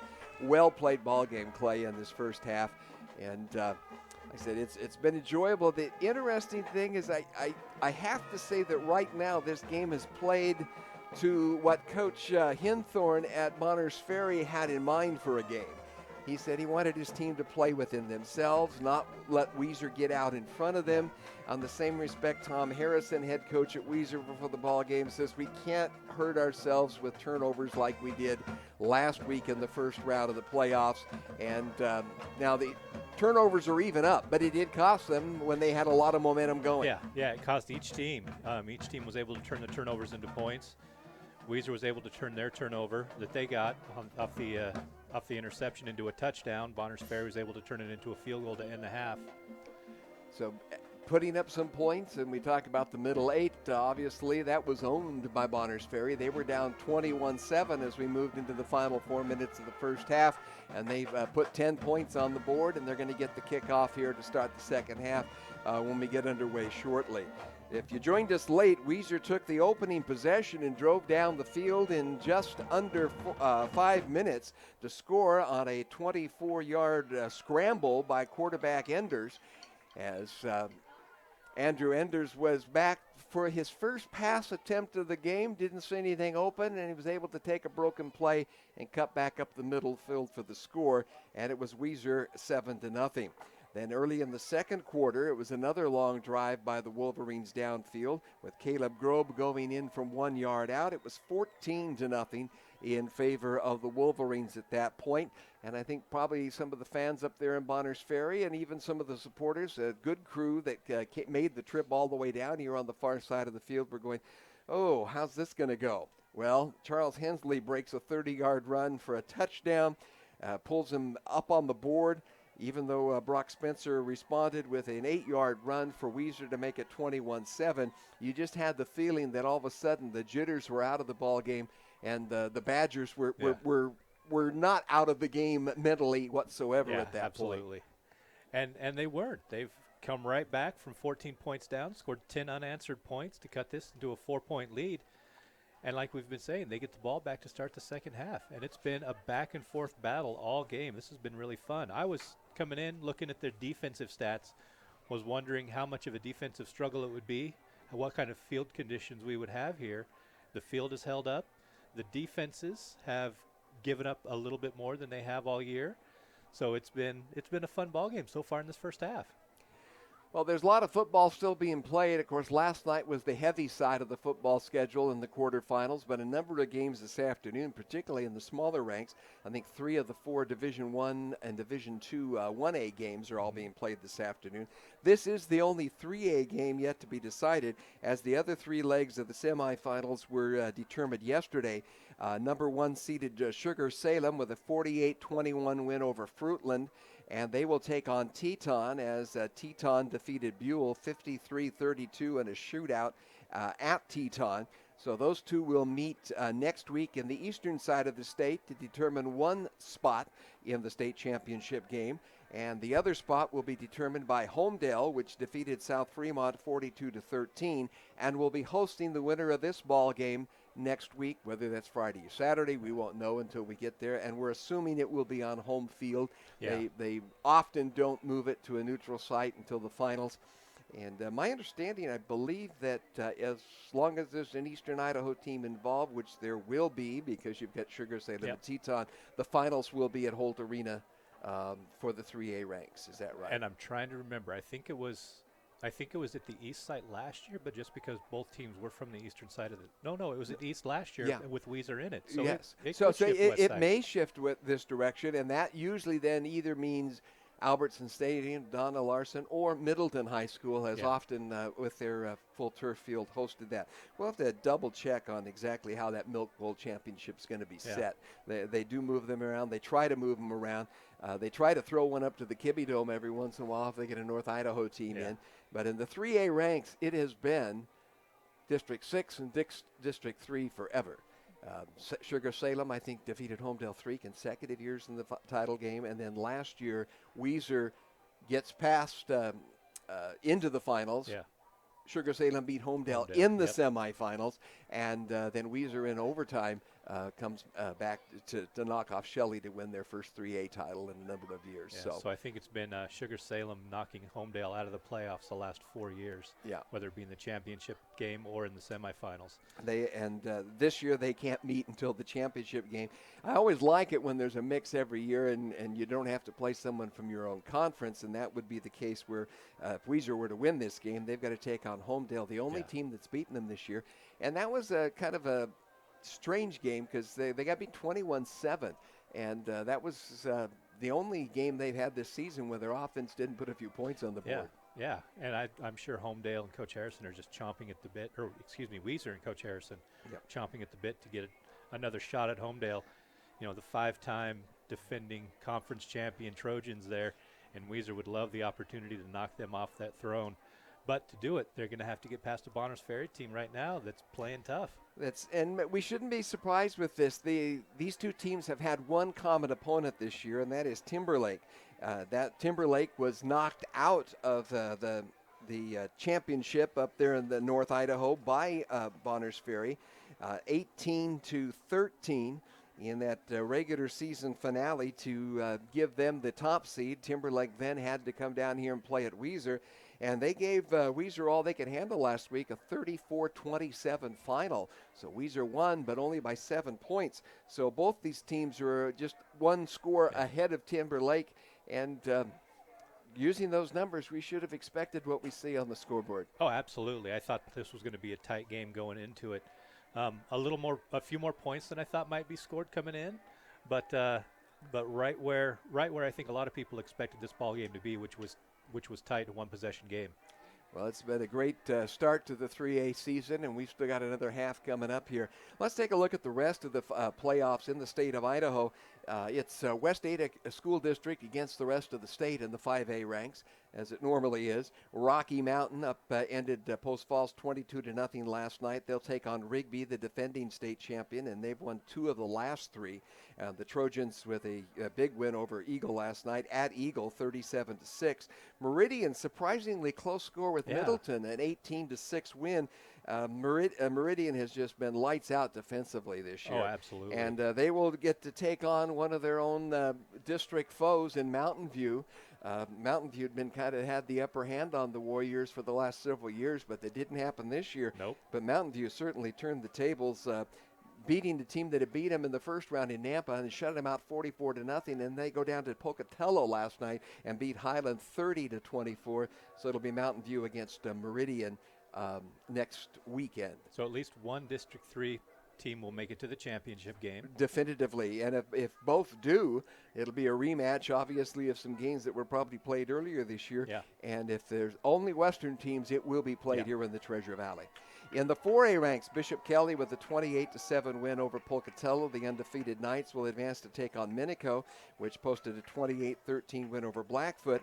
Sandpoint just blew away Shelley, so they are the pride of North Idaho right now in the playoffs with a 49-14 win over the Russets, and they will be going on the road to either Skyline or Twin Falls. Those two teams playing later this afternoon at Holt Arena. Skyline, the defending champion in the 4A ranks. Of course, we said here in the 3A ranks, the defending champion is on this field in front of us in the Wolverines, but right there in the shadows are the two teams that have dominated this division for the last 4 years in Homedale and Sugar Salem.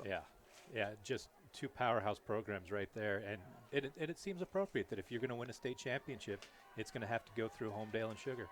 And for the Bonners Ferry Badgers, it's got to go through the defending champion, and they're going to have that opportunity here in just a few minutes. They're on the far sideline. Weezer's gathered to the near side, and the Wolverines will be kicking it off.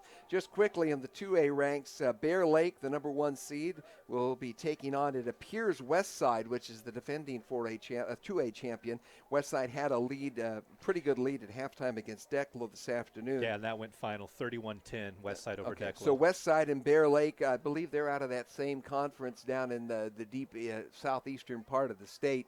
And Bear Lake beat Westside earlier in the year, which may be Westside's only loss of the year.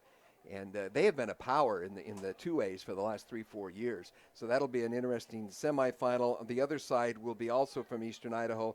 Firth a 33-0 winner over Fremont and Aberdeen, a 34-30 winner over Melba last night at Melba. So Aberdeen and Firth will be on the other half of that. You were at that Melba game. That was quite a ball game, 34-30. That was a really good ball game. And Aberdeen, their running offense is legitimate. In the 1A Division I ranks, Oakley, the number 1 seed, have been all year long. They had a 48-0 shutout of Lighthouse. They'll take on Cary, a 46-16 winner over Notice. And Kamei with a 16-12 defensive battle. You don't see that too often in the 1A ranks. 16-12 Kamei advances. They'll be taking on this evening's late game at Holt Arena between Grace and Raft River. And in the 8-man football ranks, as we look at what's going on there, Castleford with a 6-0 shutout of Council. Again, we talk about you don't see that in 8-man football. And the field played a huge part in that. It was snow covered, and it was definitely a defensive battle. Neither team could move the ball. Up at the Council, and where this game would have looked like if it had been played yesterday with the snow that was on the field.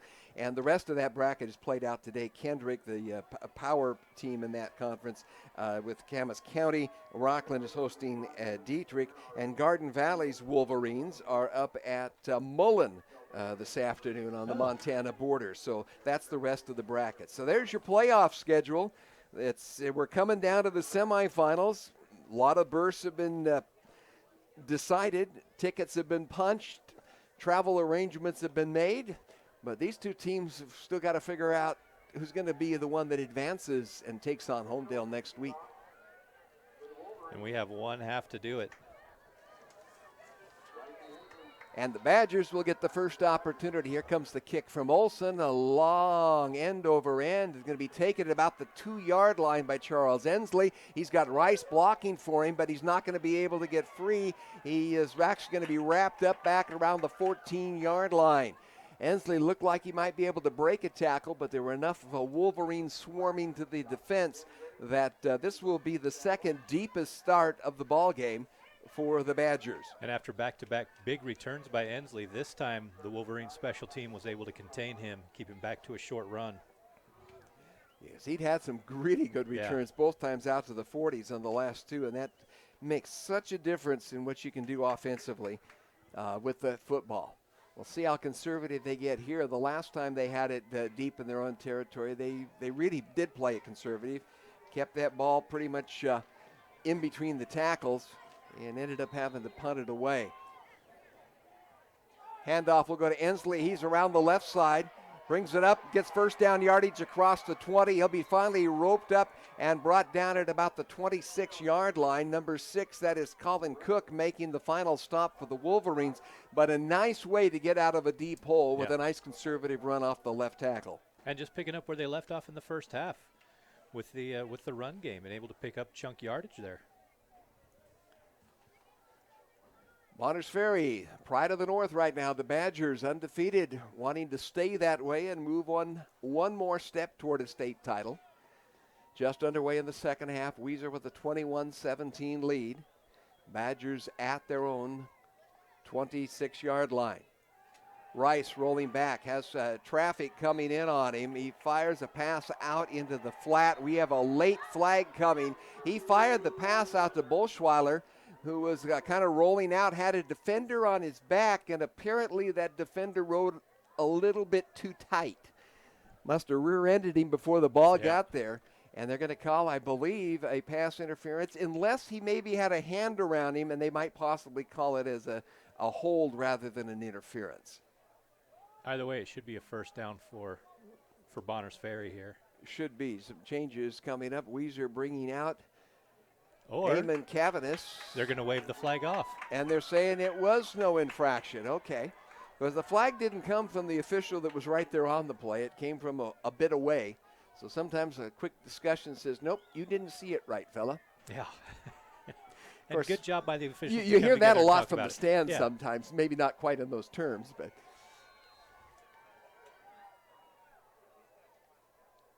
Rice back to pass on 2nd and 10. He gets it across the middle, and no! Right in the middle of the defense. The ball was in the hands of Banning, and Banning had it, then he didn't, then he had it again, and then he goes to the ground, and it trickles away. So again, had the receiver open, just couldn't quite finish the pass there. Could the Badger offense. And it's going to make it 3rd and 10 to go if they're going to keep this drive alive. Bonners Ferry's done a great job of finding those spaces, and especially in the middle of that field. And Weiser has had to respond to the outside play, and they've kind of left a little bit of a soft spot there that has also been able to give Rice some running room. Now Rice with 2 backs with him in the backfield. Fakes the handoff, back to pass, fires it out into the flat, and nearly a great completion, nearly right off the fingertips of Charles Hensley. The pass led him perfectly. Hensley with the defender right on him, could not pull it in, and so 3 straight pass plays fall incomplete. And after moving the ball for a first down, the Badgers going to have to boot this one away. And if you're Weiser, this is a great start for the second half. A good defensive stand. Did give up the 1 first down.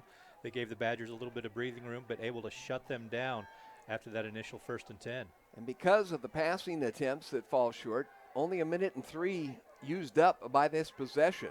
So Rice will be putting his feet down at about the 15-yard line to boot this one away on 4th and 10. Takes his time, gets his foot into this one, gets a bouncer that's going to go out of bounds about the 40. Let's see where the official stops. He goes all the way to the 35, now walks back up to the white hat, and they're going to put it at the 40-yard line. So Weiser will get a nice advantage as far as field position is concerned after that first possession by Bonners Ferry. Yeah, not able to quite flip the field where Bonners Ferry, as they hoped, didn't get the bounce that they were wanting to as the ball went out of bounds instead of upfield. So good field position here for Weiser to start the first possession of the second half. Have to always double check. It'll be Enders behind center for Weiser. As we said, they alternate quarterbacks on every play pretty much. Enders, the senior, under center, not in the shotgun. Turns around, hands it off in the reverse, gets it around the outside to Braden Walker, and Walker's going to be swarmed. The reverse action has not done Weiser much play. They've done a great job, Bonners Ferry has, in pursuing that ball and staying with the flow. And just staying home, not following that initial flow of offense that Weiser shows on that fake end around before they set up the counter reverse. All of a sudden, all that misdirection and counters just seems like a lot of wasted energy when you can't get anything out of it. Handoff will go back to Youngberg. Youngberg will sloop around the left end. He'll get about 4 yards, but it'll be Rice wrestling him out of bounds at about the 44-yard line. To wait for the official spot, maybe the 43, so we'll count it a 3-yard pickup. Nope, he put it all the way to the 44. So 3rd and 6 coming up for the Badgers. MTE Communications is your local internet provider, bringing high-speed internet service to Weiser. MTE Communications, proud sponsor of the Weiser Wolverines and all of the youth here in the Valley. They do that because youth matters. Good luck, Weiser Wolverines, say the folks at MTE Communications. Hensley now in the shotgun with nobody in the backfield with him on 3rd down and 6 or 7. Hensley rolls to the right, looking downfield, fires down, and he overthrows just a little too much. His wide receiver, that is Michael Youngberg, who rolled out and had about a 5-yard advantage. If that had been just a little bit softer, it would have been pay dirt. Yes, it would have been. Young was right there to make that catch, but just too much air under it for him to get to it. So let's see, does Weiser roll the dice here with only a 4-point lead and 4th and long in their own territory? I do not think they do. Try to flip the field here and put Bonners Ferry deep in their own territory and let your defense make another stand. Well, their punter is also their quarterback, Enders. So let's see what he does with it. It looks like he is going to put his foot into this one. Gets a bouncing roller that'll be taken back by Ensley at about the 28-yard line. That is number 7, Charles Ensley, and he'll get a couple of yards returned. So on the exchange of punts here, the winner is the Badgers. Yeah, they have the better field position here following the turnover on downs, or the turnover on the punt by Weiser. 1st and 10 at their own 37-yard line, and the Badgers will see what they can get going here. Weiser Classic Candy and Deli is a proud supporter of Weiser Athletics. They want to wish the boys good luck in the game here this afternoon. And let's see, that almond mocha fudge. Let's see, that's what, about a mile and a half away from here. We'll have to check that one out. Quick snap goes back to quarterback Rice, and Rice drags about 3 defenders for another 4 yards. He'll be short of the first down, but for a first down carry, he picks up 8 out to the 45-yard line. And we'll see if after a lot of play action passing that they've attempted, if maybe they're going to start putting that big quarterback on the ground. And why not? You know, we talked about it early in the ball game. If you can establish that run, it opens up the passing plays. And we've seen that Bonners Ferry is able to throw the ball when they need to, when they want to. 6'1", 215. That's a lot of bulk to try to bring down when he gets a little head of steam on him, too. Second and short coming up for the Badgers. Handoff will go to around the perimeter and close, but I'm not sure if he got there. It's Michael Bullschweiler. I think they have him marked. Yep, they're going to give it to him for first down. All the way to the 48. In fact, they're going to nudge that one closer to the 49-yard line. It'll be 1st and 10 for the Badgers at midfield, or just about. We've played 3.5 minutes now of this second half. This is the third possession of the half, the second by the Badgers, and we got a strange formation with 4 receivers wide out to the right. That was sniffed out. Yes, it was. Malachi Scott there were 3 blockers in front of Benning as Benning got the pass in a strange formation. They had blockers for him, but by the time the ball got there, so had Scott, and he ate that one. He sniffed that out like a hound dog right there. They were not fooled with this Wolverine defense. 3-yard loss on the play, now 2nd and long, so behind the sticks by quite a bit are the Badgers, but they still have it near midfield.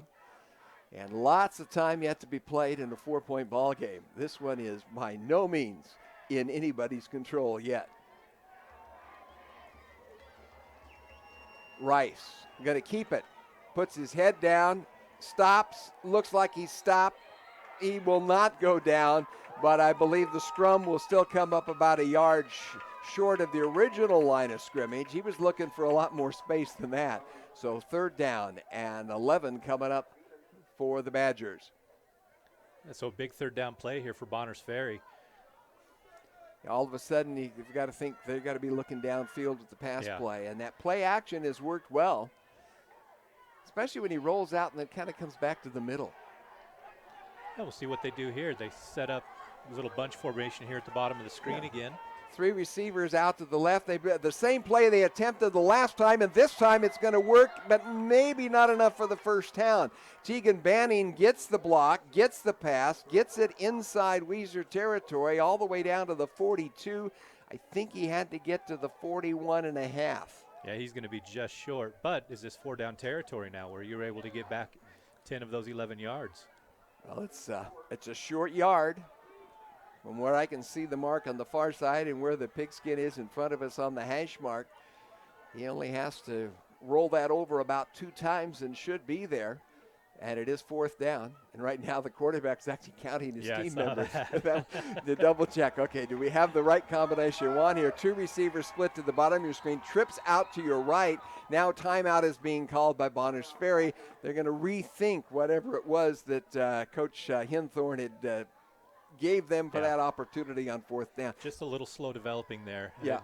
I don't think they wanted to pick up the delay game. Yeah, I think he wanted them out there a little bit quicker, and obviously it was a new formation with a lot of people spread out. I was kind of seeing a quarterback draw all the way absolutely. here with the 1 yard, but I don't see real well. So, well, you and I were seeing the same thing there. So, okay. At Title I, there is a difference, and they're proud to support the Weiser Wolverines. They're a local title and escrow company with 5 locations in the Treasure Valley, including right here in Weiser.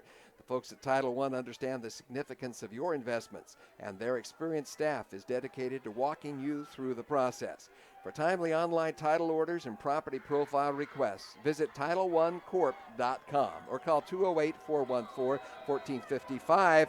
Rooting the Wolverines on, everyone, at Title I. Now we have a flag, and I'm not sure. Weiser came across, but they didn't cross the line of scrimmage. I don't believe they made contact. They did not, but it was enough to get the Badgers line to flinch, and it's going to cost them 5 yards. So a little chess game there. Yeah. Defensive lineman moves, an offensive lineman squirms, and it costs them 5 yards. So rather than 4th down and less than a yard, all of a sudden you got 4th and 6. And I think this may change the play call here. We'll see if they decide to punt it and try to flip field position on the Wolverines. We are still at midfield. Coming in with that decision is Walker Hensley, number 4. Leaving the ball game is Henry Willis, the wide receiver. Let's see who's in the backfield. Quarterback has Bolschweiler with him. It's 4th down, and now the quarterback backs up just a little bit so he can do the pooch punt if he can, and he does. Gets his foot into this one. Nice high punt, and it's going to roll inside the 15-yard line, I believe. Officials love going where the chalk is, don't they? They go to the 15, and that's where they're going to mark that football. It'll be 1st and 10 for Weiser, but back at their own 15-yard line. So 2 possessions ago, it was inside the 20 for Bonners Ferry to try to work. Now Weiser for the first, I think this is their worst field position of the game. By about 20 yards almost, it is. Yeah, they really haven't been backed up. Let's see what they're able to do to try to get out of this one. They still have that 4-point lead, so you don't want to gamble too much. 6:11 to go, 3rd quarter. 21-17, Weiser lead. Handoff comes to the near side. That'll be Brock Spencer, and he's going to be taken down. He's not going to really get anything. Nice movement of the defensive line for Bonners Ferry, moving to the left. Dylan Mai there just held containment on his defensive end position and was able to stop that for no gain. I think we talked earlier in the ball game that Weiser uses a lot of personnel. Yeah. I think we were counting, they've got 14 different ball carriers who've carried the ball this year, and like 7 of them have over 100 yards rushing, so it's a lot of variety. And a little bit of that yardage is picked up there, and then that is by Grove. Caleb Grove, the junior, with the power move right up the middle, gets about, well, they're going to mark him all the way to the 24-yard line, so 3rd and 1. That's a good spot there if you're Weiser. Tight formation with 1 receiver split to the top of your screen. Enders with the handoff, and they're not going to get it as Spencer is swarmed and knocked back. It'll be 4th down coming. We talked at the beginning of the game, we thought this was going to be a defensive battle. Then all of a sudden we saw 2nd quarter offense. The second half starting to look like it's going to be a defensive game. Now they're starting to dig in here, are both defenses. They are responding. They've got a feel for each other. I know when you're working on that line down there, sometimes it takes 2-3 really major hits to decide whether that guy across from you is someone you want to encounter or not. And then you said, well, I have no choice. Got to get in here, put the feet in the cleats in the mud and go for it. Quarterback Enders is back by himself. He's chased out of the pocket, rolls to the left, still looking downfield. Now he's going to tuck it. He's going to get the 1st down yardage. Enders just simply shifted to another gear. Kept holding that ball kind of where a coach doesn't want you to see it do with that right hand. But he even reached out, but he didn't need to. Picked it up about 3 yards. Yeah, they were looking for the pass completion there, but just good defensive positioning downfield, shutting the receivers down for Weiser. And actually where they marked it was just a yard over the marker. I thought he was beyond that point. So big 3rd down conversion for the Wolverines. They have it 1st and 10 at their own 26-yard line. Leading by 4. Enders back to pass. He's got a man out there downfield, and it's pulled in and brought down by Braden Walker. If Walker could have run under that instead of having to leap up and bring it down, I think he would have taken it the distance. But instead, it's a 25-yard pickup, and the Wolverines are in Badger territory. They had a 5-yard lead there on his closest defender. Cook with the handoff. Straight ahead is Grove, 4 yards, down to the 41-yard line. And that's exactly what Weiser wants to do, pick up the pace a little bit here. Anytime you get a big pass play downfield, the last thing you want to do is waste it with a no gain, and they certainly got 4 out of Grove there. So they keep the momentum. Malachi Scott is coming out, and in goes tight end Thomas Johnson. He'll be on the left side. Two backs up in front of the quarterback, who's more of a pistol right now, and running that is Enders, and Enders is not going to get just to the back to the line of scrimmage. Then he's knocked back. Let's see where they actually mark his forward progress, because he sort of gave up on the first dive and started to get his feet under him again. It's going to be a loss of 1. And so they are going to go with it. He still had control. He will not get all of his forward progress because he regressed. So 3rd down and 7 coming up. 2-down territory? Little too deep. I know. Less than Close. 3 minutes to go, 3rd quarter. You only have a 4-point lead. I think, of course, you got confidence in your defense, but if you don't get the conversion here, if you're close, you might go for it. But if you don't pick up a lot of this yardage, pass out into the outside, it's not going to be academic as Younger pulls it in, and Youngberg is going to take it inside the 30 down to the 25-yard line. Nicely executed as that pass from Enders was just floated out there to where Youngberg ran under it. And the minute he had it, he had more than enough for the 1st down. And just right over the fingertips of the outstretched arms of the defensive lineman. Almost got a piece of it, but is able to convert that to Youngberg, who did the rest and picked up the 1st down. Yeah. So often that is the case. You're almost releasing in somewhat of a screen format and letting that pressure go to the quarterback. But if you don't get it over the top of that coming in pressure, you're in trouble. Enders remaining at the quarterback position, has 3 backs in the backfield in a very tight formation for the Wolverines, and Weiser's going to call timeout. They know this is a critical possession. With 2:33 to go in the 3rd quarter, they could take this back to a 2-score lead. Yeah, don't want to waste any chances here with a chance to extend that lead and force Bonners Ferry into 2 scores in order to reclaim the lead. Right. All of a sudden that field goal, which sometimes you almost take that as a defeat when you have to get. But all of a sudden that field goal becomes a huge factor in this football game. Looming over the stadium right now as we approach the end of the 3rd quarter. Yeah, a 4-point lead is strange in high school football. Yes, it is. It just is a strange territory to be. And because you come back and you score and go ahead, you're only up 3 most likely. Yep. Unless you go for 2. Yeah. And obviously, you've already shown you can kick a field goal, so that's not a factor. Let's see what the Wolverines come out with here. It's 1st and 10 at the Bonners Ferry 25-yard line. Cook is the quarterback this time. Handoff goes around the perimeter, and racing around the corner is Brock Spencer. Spencer's going to take it all the way inside the 5, but it's coming back. We've got 2 pieces of laundry out there at about the 20-yard line, and all that ever says is holding. Which is unfortunate. That would have been 1st and goal at about the 2 for Weiser. Would have been right at the doorstep to punch it in, but like you said, it looks like this one's coming back. First time we've really seen Weiser get a corner, taking it out around the perimeter, and maybe the reason the flags are on the field. That lateral pursuit was cut down illegally. It will cost them 5 yards. The ball will be back at the 30-yard line, where it is now 1st and 15 for the Wolverines. They are in Badger territory. They still have a 4-point lead. But we still have over 14 minutes of football to be played. Yeah, still plenty of time here in this ball game. Clock is rolling, nearing the 2-minute mark of the 3rd quarter. Enders at quarterback, has Grove directly behind him. He's going to roll back. He's looking downfield. He's got a tight end that was wide open, though. He's going to go to the sideline, and he goes outside to Youngberg.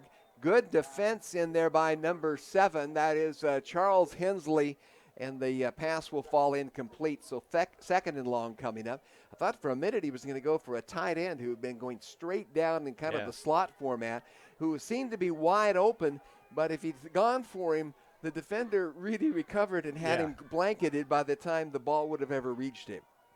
Showed some speed in the defensive backfield. That defender was able to close that gap quickly and shut down that option. 2nd and 15. Cook fakes the pass because he'd handed it off to Grove, and he'll get 2 yards. So 3rd and long coming up for Weiser. And right now, misdirection, play action and stuff, Bonners Ferry is doing exactly what their defensive coordinator Danny Swift said before the ball game is we have to play within ourselves. Yeah. Don't adjust to what they do. Just do what you're supposed to do and do it well. And they have. They really have all game long. They've contained this running game from Weiser. And even when they've given up the big plays, we've seen those plays come back on Weiser penalties. They have at times, and they see what they can do with now Enders back in at quarterback. He's looking downfield, has his man that's out there. Will the ball get to him? And coming up with a touchdown reception is Braden Walker. Walker will get this on 3rd and long from the 29-yard line, and the Wolverines have the first points of the second half. A 29-yard pass from Enders to Walker. And nice touch there by Enders on that ball to just drop it right into Walker, who'd gotten behind the defense. Nice drawn-up play there by these Weiser Wolverines. Just a minute and 10 to go here in the third quarter. A very defensive third quarter, broken with that pass going down the slot.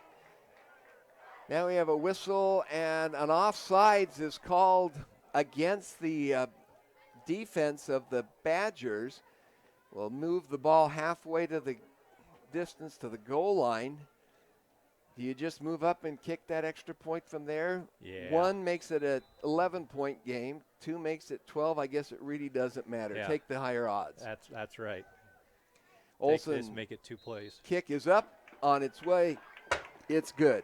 He's 4 for 4, and it's a 28-17 lead for the Wolverines here with a minute and 10 to go in the third quarter as Weiser is trying to get a little bit of breathing room here and see if they can get back to the semifinals on a rematch with Homedale. Les Schwab and Weiser has been serving the community for 51 years. That's since 1971. Home of the best new tire warranty around, Les Schwab also offers additional services including brakes, wheel alignments, tire balancing and rotations, flat tire repair, and more. Conveniently located in downtown Weiser. Let Les Schwab help you get back on the road safely this fall. Doing it right is what they do best. Les Schwab and Weiser, proud supporters of the Wolverines in the playoffs, and a bunch of happy folks at Les Schwab here this afternoon. For those who didn't make it to the game, I'm sure they're doing a little riveting on some tires and rooting for this one. Wolverines up by 11. They've led by as many as 14 in this game.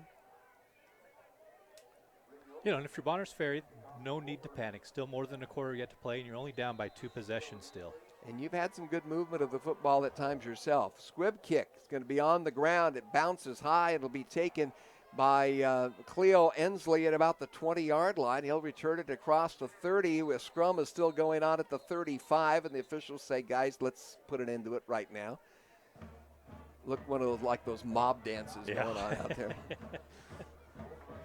No mosh pits in Weiser. In fact, no pits at all. This field is really in excellent position, in excellent shape. Talked with athletic director Tyler Grant yesterday, and he said he was really concerned yesterday when he had 3 inches of snow on this field and was hesitant about how to do snow removal, or do you just wait for it to they did a little of everything.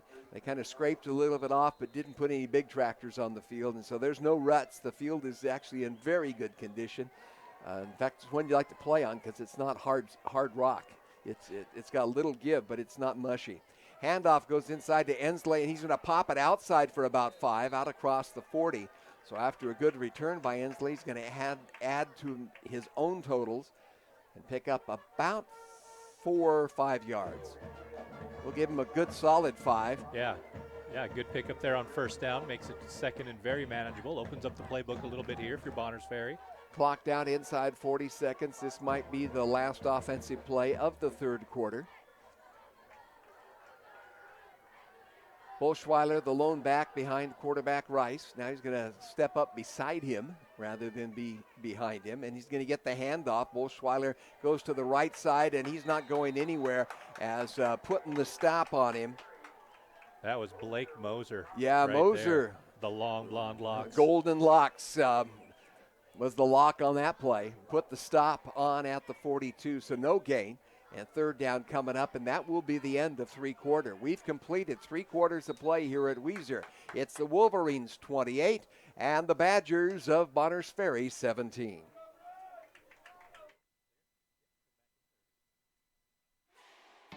It's time to elevate your finances. Introducing Ascend Checking, the new free checking account from P1FCU that pays you dividends. Earn 1.45% APY on balances up to $15,000. Plus, get online and mobile banking and mobile deposit with no minimum balance requirements. Level up your finances with Ascend Checking. To open your account, visit p1fcu.org/ascend. P1FCU, a Pacific Northwest original since 1938. Hank Willis Dentistry, proud to serve the Bonners Ferry community and support the Badgers football team. When you visit their office, you'll experience all that modern dentistry has to offer, including a comprehensive list of general, restorative, and cosmetic dental services to meet the needs of the entire family. Their goal is to assist each patient in achieving and maintaining long-term dental health and a beautiful smile. Part of their commitment to serving their patients includes providing information that helps you make an informed decision about your oral health needs. Be sure to visit hankwillisdds.com to learn more or to schedule an appointment. Everyone from Hank Willis Dentistry rooting on the Badgers and wanting them to take this possession and get it into the end zone and tighten this one up. They trail right now by 11, 28-17 as we get ready to start fourth quarter play. Badgers their own 42. Rice fires it outside to Banning. Banning breaks the tackle, dips past one, gets first down yardage out to the 48-yard line. So nice play right there, yeah. Able to pick up the first down. Good, solid, non-threatening execution. You're not uptight. They're still looking relaxed. Certainly not time to panic. Oh, not at all. Plenty of time, 2 possessions. But what you don't want to do is start coming away with empty possessions and give Weiser a chance to just ground and pound, take time off the clock. And if you were to score twice, you've got the lead, not just getting back to it because of that field goal at the end of the first half. Quarterback Rice going to keep it. Looked like he was going to get maybe a yard or two. No, he'll expand that to about a 7 or 8 yard gain. Yeah, Trenton Hawker had him wrapped up, but just couldn't bring him down. Levi Estes finally making the stop. He was about the second one to saddle up and to bring him down, but a nice pickup on first down of about 7 for Rice. And they are in Weiser territory. 11 minutes to go in the ball game, but 28-17 Weiser lead. Handoff inside to Bolschweiger. He'll get close to first down yardage. I think he'll be about a yard short, maybe 2. They're going to put him at the 43, it looks like. Levi Estes again getting off the bottom of that pile for the Wolverines. Well, they move it down to the 42-yard line, so it's 3rd and short coming up. A long yard maybe. Wolverines making some changes, bringing it back a little bit more bulk in there. And Eamon Cavanis, 6'2", 220-pound senior, giving them a little bit more size on the line. His blocking guard on the left side had a little help from his running back, picks up 3 or 4. We're going to put it at the 39-yard line and another first down for the Badgers. And just sticking with what got you here. Just ground and pound this ball out, knowing that you still have plenty of time, down by 11. Still just a 2-possession game thanks to that field goal at the end of the first half. Well, we've certainly seen that Rice could air it out. He had that great pass play to Tegan Banning late in the first half that got him to the 1-yard line before they got their second score of the game. But right now, I think they want to keep the ball out of Weiser's hands and just simply chip away. Rice going to fire downfield, and his receiver leaps up and pulls it down. What a grab. I believe that is Ensley 21. Is it Cleo Ensley? We still haven't got him unwrapped from his defender. It's number 12. That is 12, yes. Henry That'll be Willis. Henry Willis. So, at Heartland Ag, they are the application. It's what they do, the application. From Case and RBR application equipment, tanks, trailers, and all your spraying and spreading needs. Located in Burley, Heartland Ag. Give them a call at 800-994-9120 or find them online at heartlandag.com. Getting ready for a kickoff, and if there's a muddy part of the field, it's that spot right there. It is right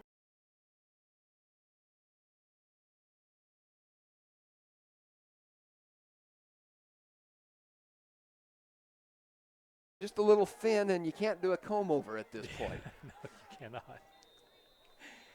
Not an option. Blake Rice, the kicker, the quarterback, the safety.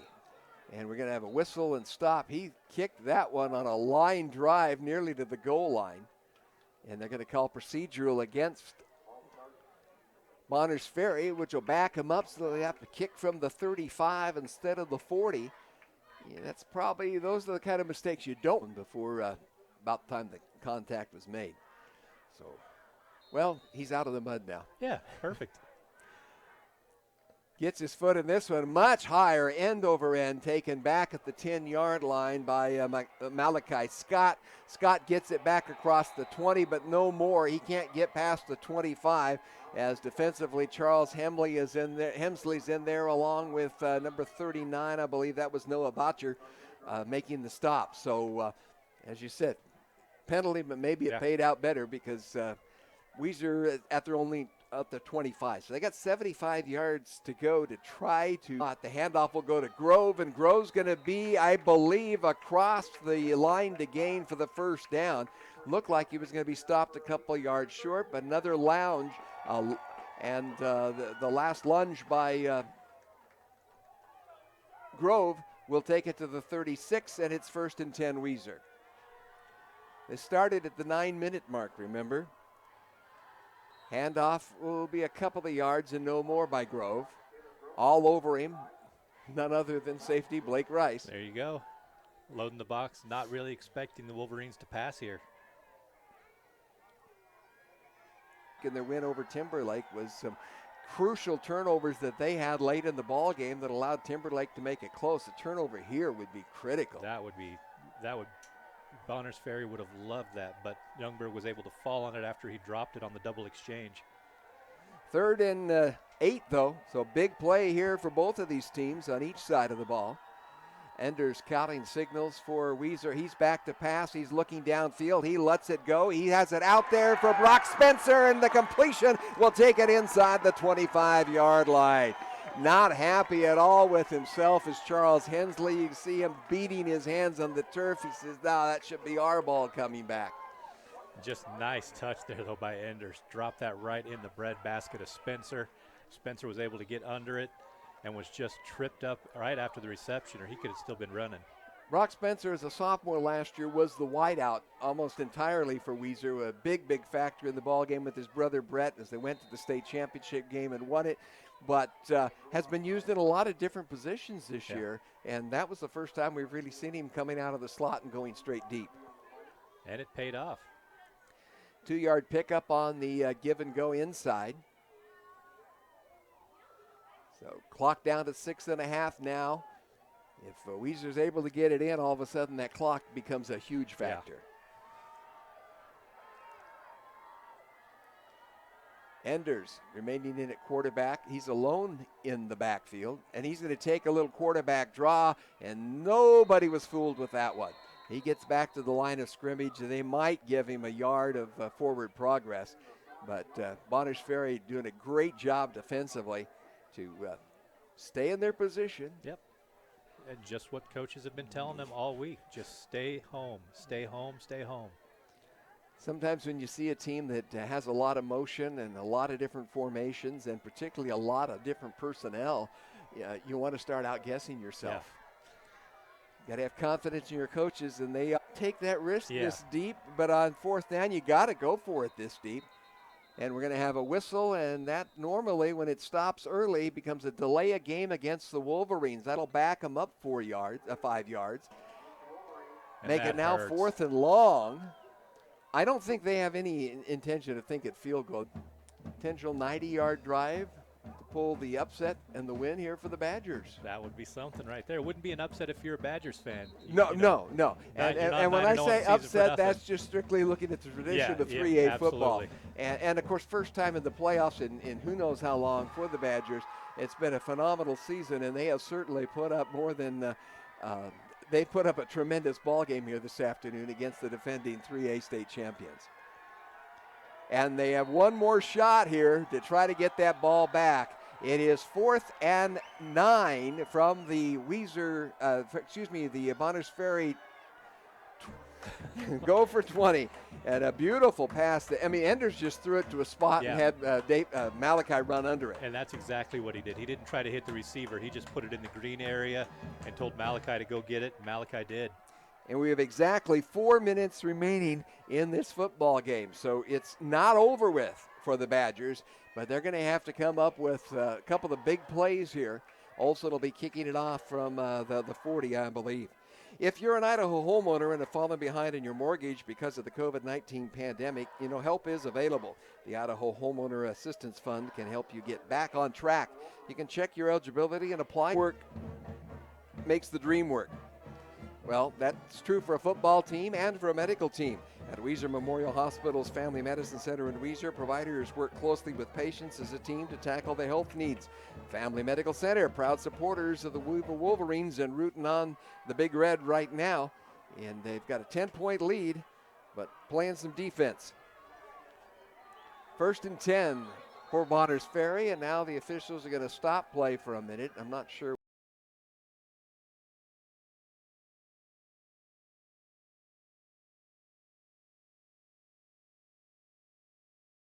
Right there, you just got the ball back. You should have had the play called coming out there, but didn't like what you saw from the defense, so have to spend one of those precious timeouts.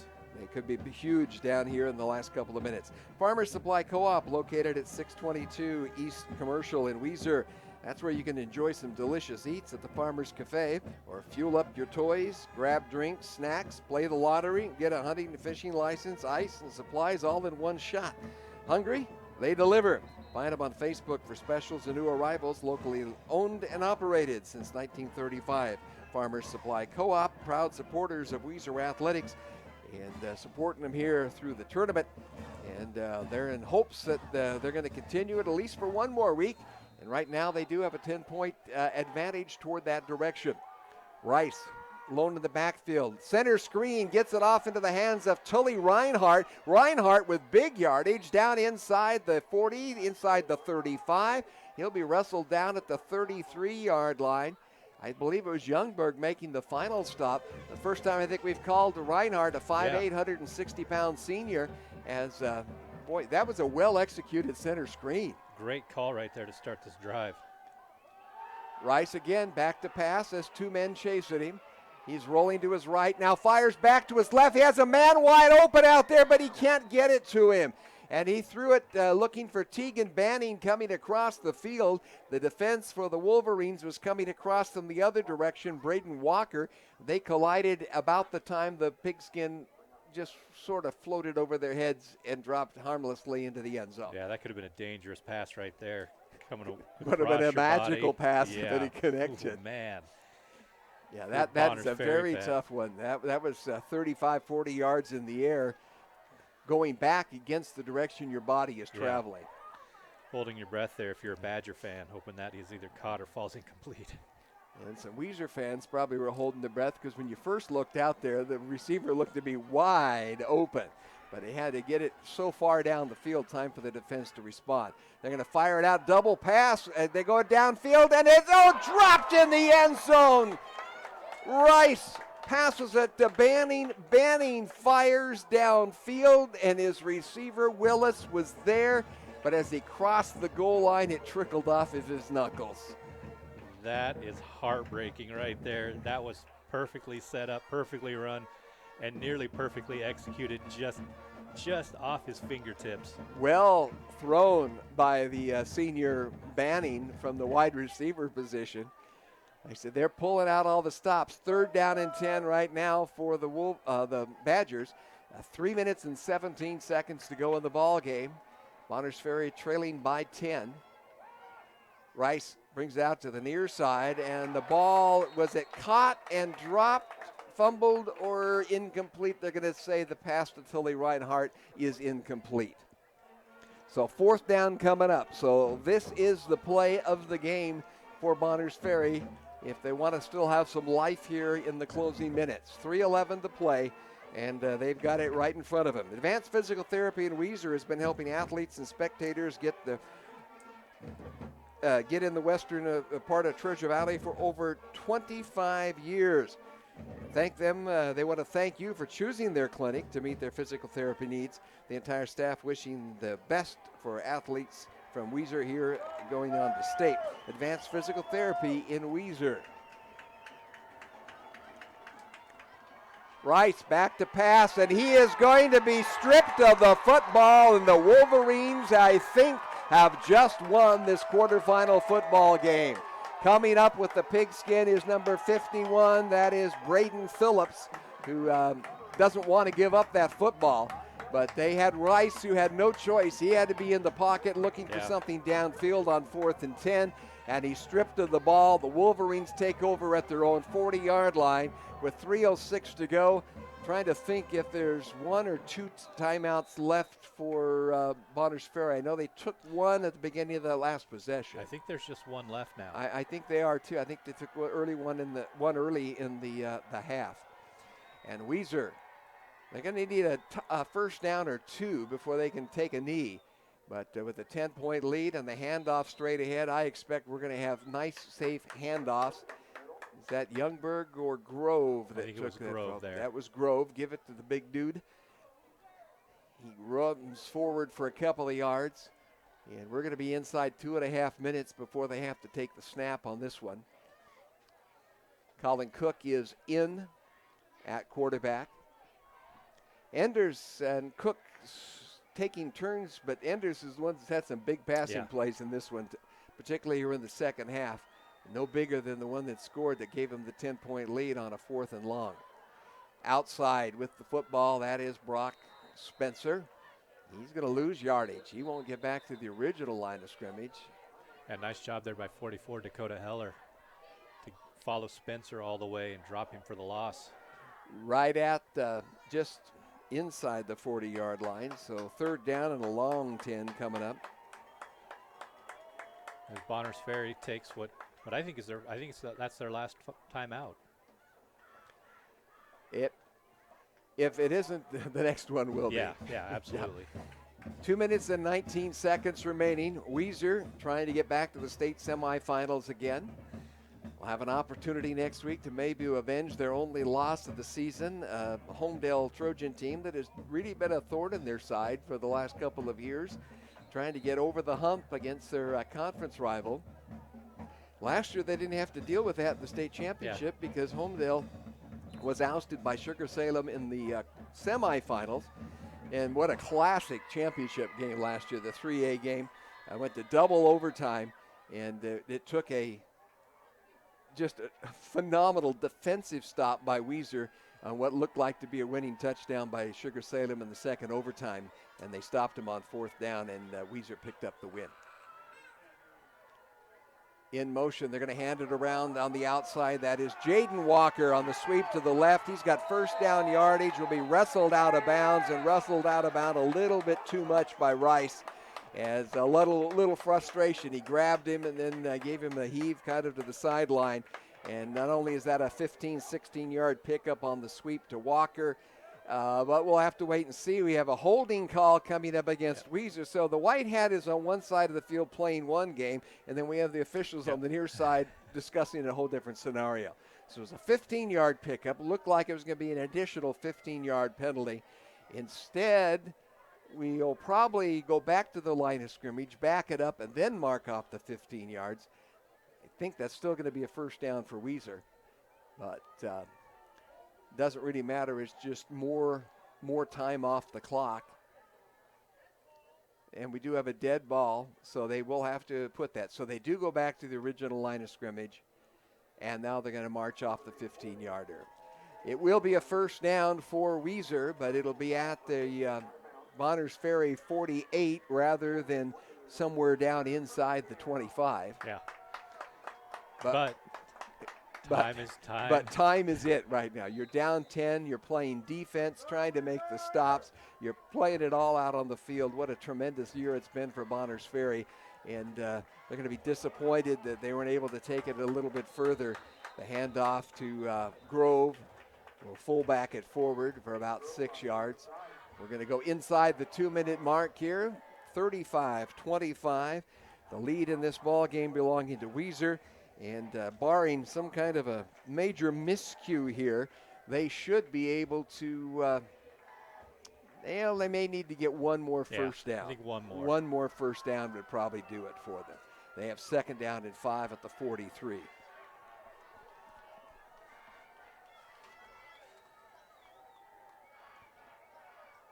That's Cook with the handoff to Grove, and I think Grove may have just finished this one off. He falls forward to about the 37. He'll be very close to first down yardage. This IdahoSports.com GameStream production has been brought to you by Project Filter, Your Health Idaho, the Idaho Department of Health and Welfare, the Idaho Transportation Department.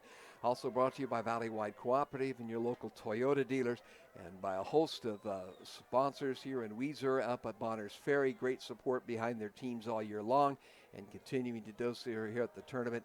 And so he was short the last effort, but Grove makes no doubt about it with a 5-yard gain. We're inside a minute. The clock's down to 53. They're going to stop it to move the sticks, and I would anticipate we'll see Tom Harrison have his quarterback take a couple of knees. Yep, here. victory formation. Victory formation should be here. But again, the major sponsors helping us out.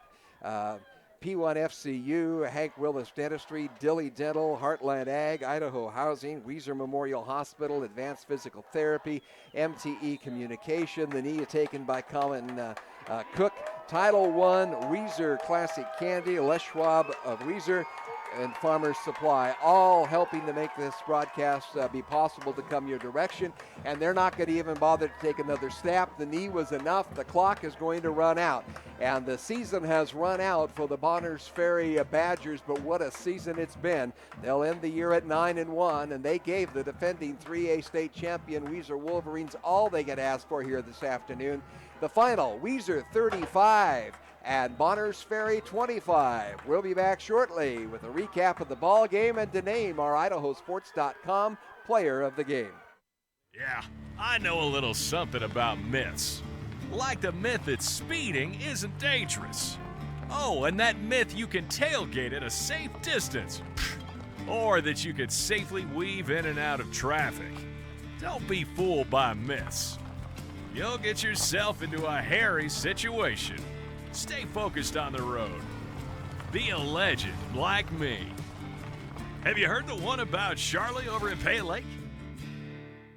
Look at that. The unmistakable swagger of someone fully covered with health insurance through Your Health Idaho. Health yeah! Enroll by December 15th and you could qualify for quality health insurance starting at $0 a month. I'm Rick. I live here in Rupert. The more that we can keep the virus under control, the better for everyone, and especially people with disabilities that comes with being aged, because usually have other underlying issues. I actually suffer from diabetes now, so that even increases my odds that if I do get the virus, it could be devastating for me. Taking the hard path isn't always easy. It takes courage and determination to do hard things. Quitting tobacco and vaping is possible. You decide when. We'll show you how. Learn more at projectfilter.org or call 1-800-QUIT-NOW. If a pedestrian is hit by a car going 20 miles per hour, there's a 90% chance he will survive. At 30 miles per hour, the likelihood of survival decreases to 60%. And at 40 miles per hour, it goes down to 20%. 10 miles per hour makes all the difference. You're in the driver's seat. You have the power to save lives.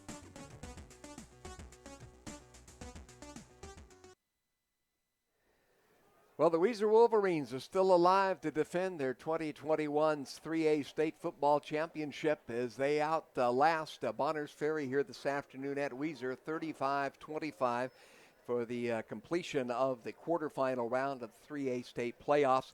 The Wolverines will now advance, likely to play at Homedale. They will play against Homedale next week, and we're anticipating, since Homedale now has that artificial turf field, it will be certainly the hosting site next week, either Friday or Saturday, for these two teams at a rematch that Homedale won earlier this year, 21-7. Both these teams are going to go into that game with 10-1 records. Weiser's only lost to Homedale Holmdale's only loss was at Sandpoint, which is into the semifinals of the 4A state playoffs. So that gives you an idea. So not a bad resume. They're a tough team. I had a privilege of doing a Holmdale game at Baker earlier this year, and they had some kids that were doing great numbers, and I haven't even seen their numbers show. They have a really deep team and a really strong team. So that'll be an interesting semifinal in the 3A ranks. On the other side, it'll be Sugar Salem hosting Teton. Teton is the only interloper from the teams that were in the semifinals a year ago in the 3A. But Bonners Ferry did everything they could here this afternoon to make that a second interloper in their first foray into the playoffs in a number of years. They had a great performance here with a 21-7 win last week against Wood River. They got behind early in this one, but they never gave up. No, they did not. They came scratching, clawing back, and fought all the way to the end. Just time ran out on them. They weren't able to convert on their last possession, and that basically gave the win there to the Weiser Wolverines, who advanced to the state semis. And Weiser able to put an extra score up on their last possession when they had it 4th and long, and actually had it 4th and about 9 at the 20-yard line, and thought they would probably just go for the conversion or at least hold onto the ball, and instead Andrew Enders fires it 20 yards into the end zone to Malachi Scott. And that was the cruncher that made it 35-25, and probably the cruncher that helped us determine our player of the game. All along, I kept watching Rice because he was doing so many elements in the ball game. But Andrew Andrews comes back with 2 throwing touchdowns in the second half. He had the rushing touchdown out of a scramble in the first possession of the game that got the shoe on the right foot for Weiser. And so that's my selection. Yeah, how do you feel about that, Clay? I think Andrew Enders is an excellent choice right there for our IdahoSports.com player of the game, presented by the Idaho Transportation Department. Well, that's a victory for the Wolverines. Their 10th of the year. They're 10-1. Bonners Ferry with a great season. They end up 9-1 this year, and they put it all out on the field. In fact, they're still on the field right now, as you can see out there. Kind of enjoying a little bit of sunshine that's broken through here on this Saturday afternoon in Weiser. And this team has, I think, turned a corner, and they're going to be a factor up in the northern portion of the state and can have an impact on the state playoffs in the year to come. For Weiser, they do have a little destiny in front of him, or a little revenge, just a whole lot of stuff online next week when they face the Homedale Trojans again. A litany of good storylines coming up next week with that Homedale Weiser game. A lot of potential. And, of course, the one thing about this Weiser team that amazes me is how many different ball players are engaged at different places and not just in one spot. We watched Brock Spencer tonight running out of a slot position. We saw him running out of the backfield. A lot of them play both directions, and of course that same thing goes for Bonners Ferry. But great ball game, Clay. I really enjoyed this afternoon. Yes, this was a lot of fun. Nice drive out. The weather held out for us. It'll be a nice drive home, and just a good ball game in between. Well, it certainly was, and for Bonners Ferry, nothing to hang your head about. You can hang a hat high on the shelf because this was a championship year, not only for a league title, but you guys made a great run in the playoffs before falling here. And for the Weiser Wolverines, they've got bigger fish to fry as they're thinking of trying to defend that 3A state title. It's something that no one on this side of the state has done for quite a while, so it'll be interesting to see what they're able to come up with. This has been an IdahoSports.com GameStream production of the 2022 Idaho High School Football Playoffs. Tournament coverage on IdahoSports.com is presented by Project Filter, Your Health Idaho, the Idaho Department of Health and Welfare, and the Idaho Transportation Department. Also brought to you in part by Valleywide Cooperative and your local Toyota dealers. Brought to you also this afternoon by MTE Communications, Title I, Weiser Classic Candy, Les Schwab Weiser, Farmers Supply, P1 FCU, that's Pioneer One Federal Credit Union, Hank Willis Dentistry, Heartland Ag, Idaho Housing, Weiser Memorial Hospital, Advanced Therapy, and Dilly Dental in Weiser. Special thanks to Ty Grant, our athletic director here at Weiser High School, and for everyone here at Weiser for their hospitality, helping get this game broadcast to you. Congratulations again to our IdahoSports.com player of the game, presented by Idaho Transportation Department, Andrew Enders of Weiser. Thanks for joining us as the Wolverines have defeated the Badgers 35-25 and advance to the state 3A semifinals. For my broadcast partner, Clay Hatfield, and everyone else behind the scenes here at IdahoSports.com, I'm Del Gray saying go long or go home. Good night.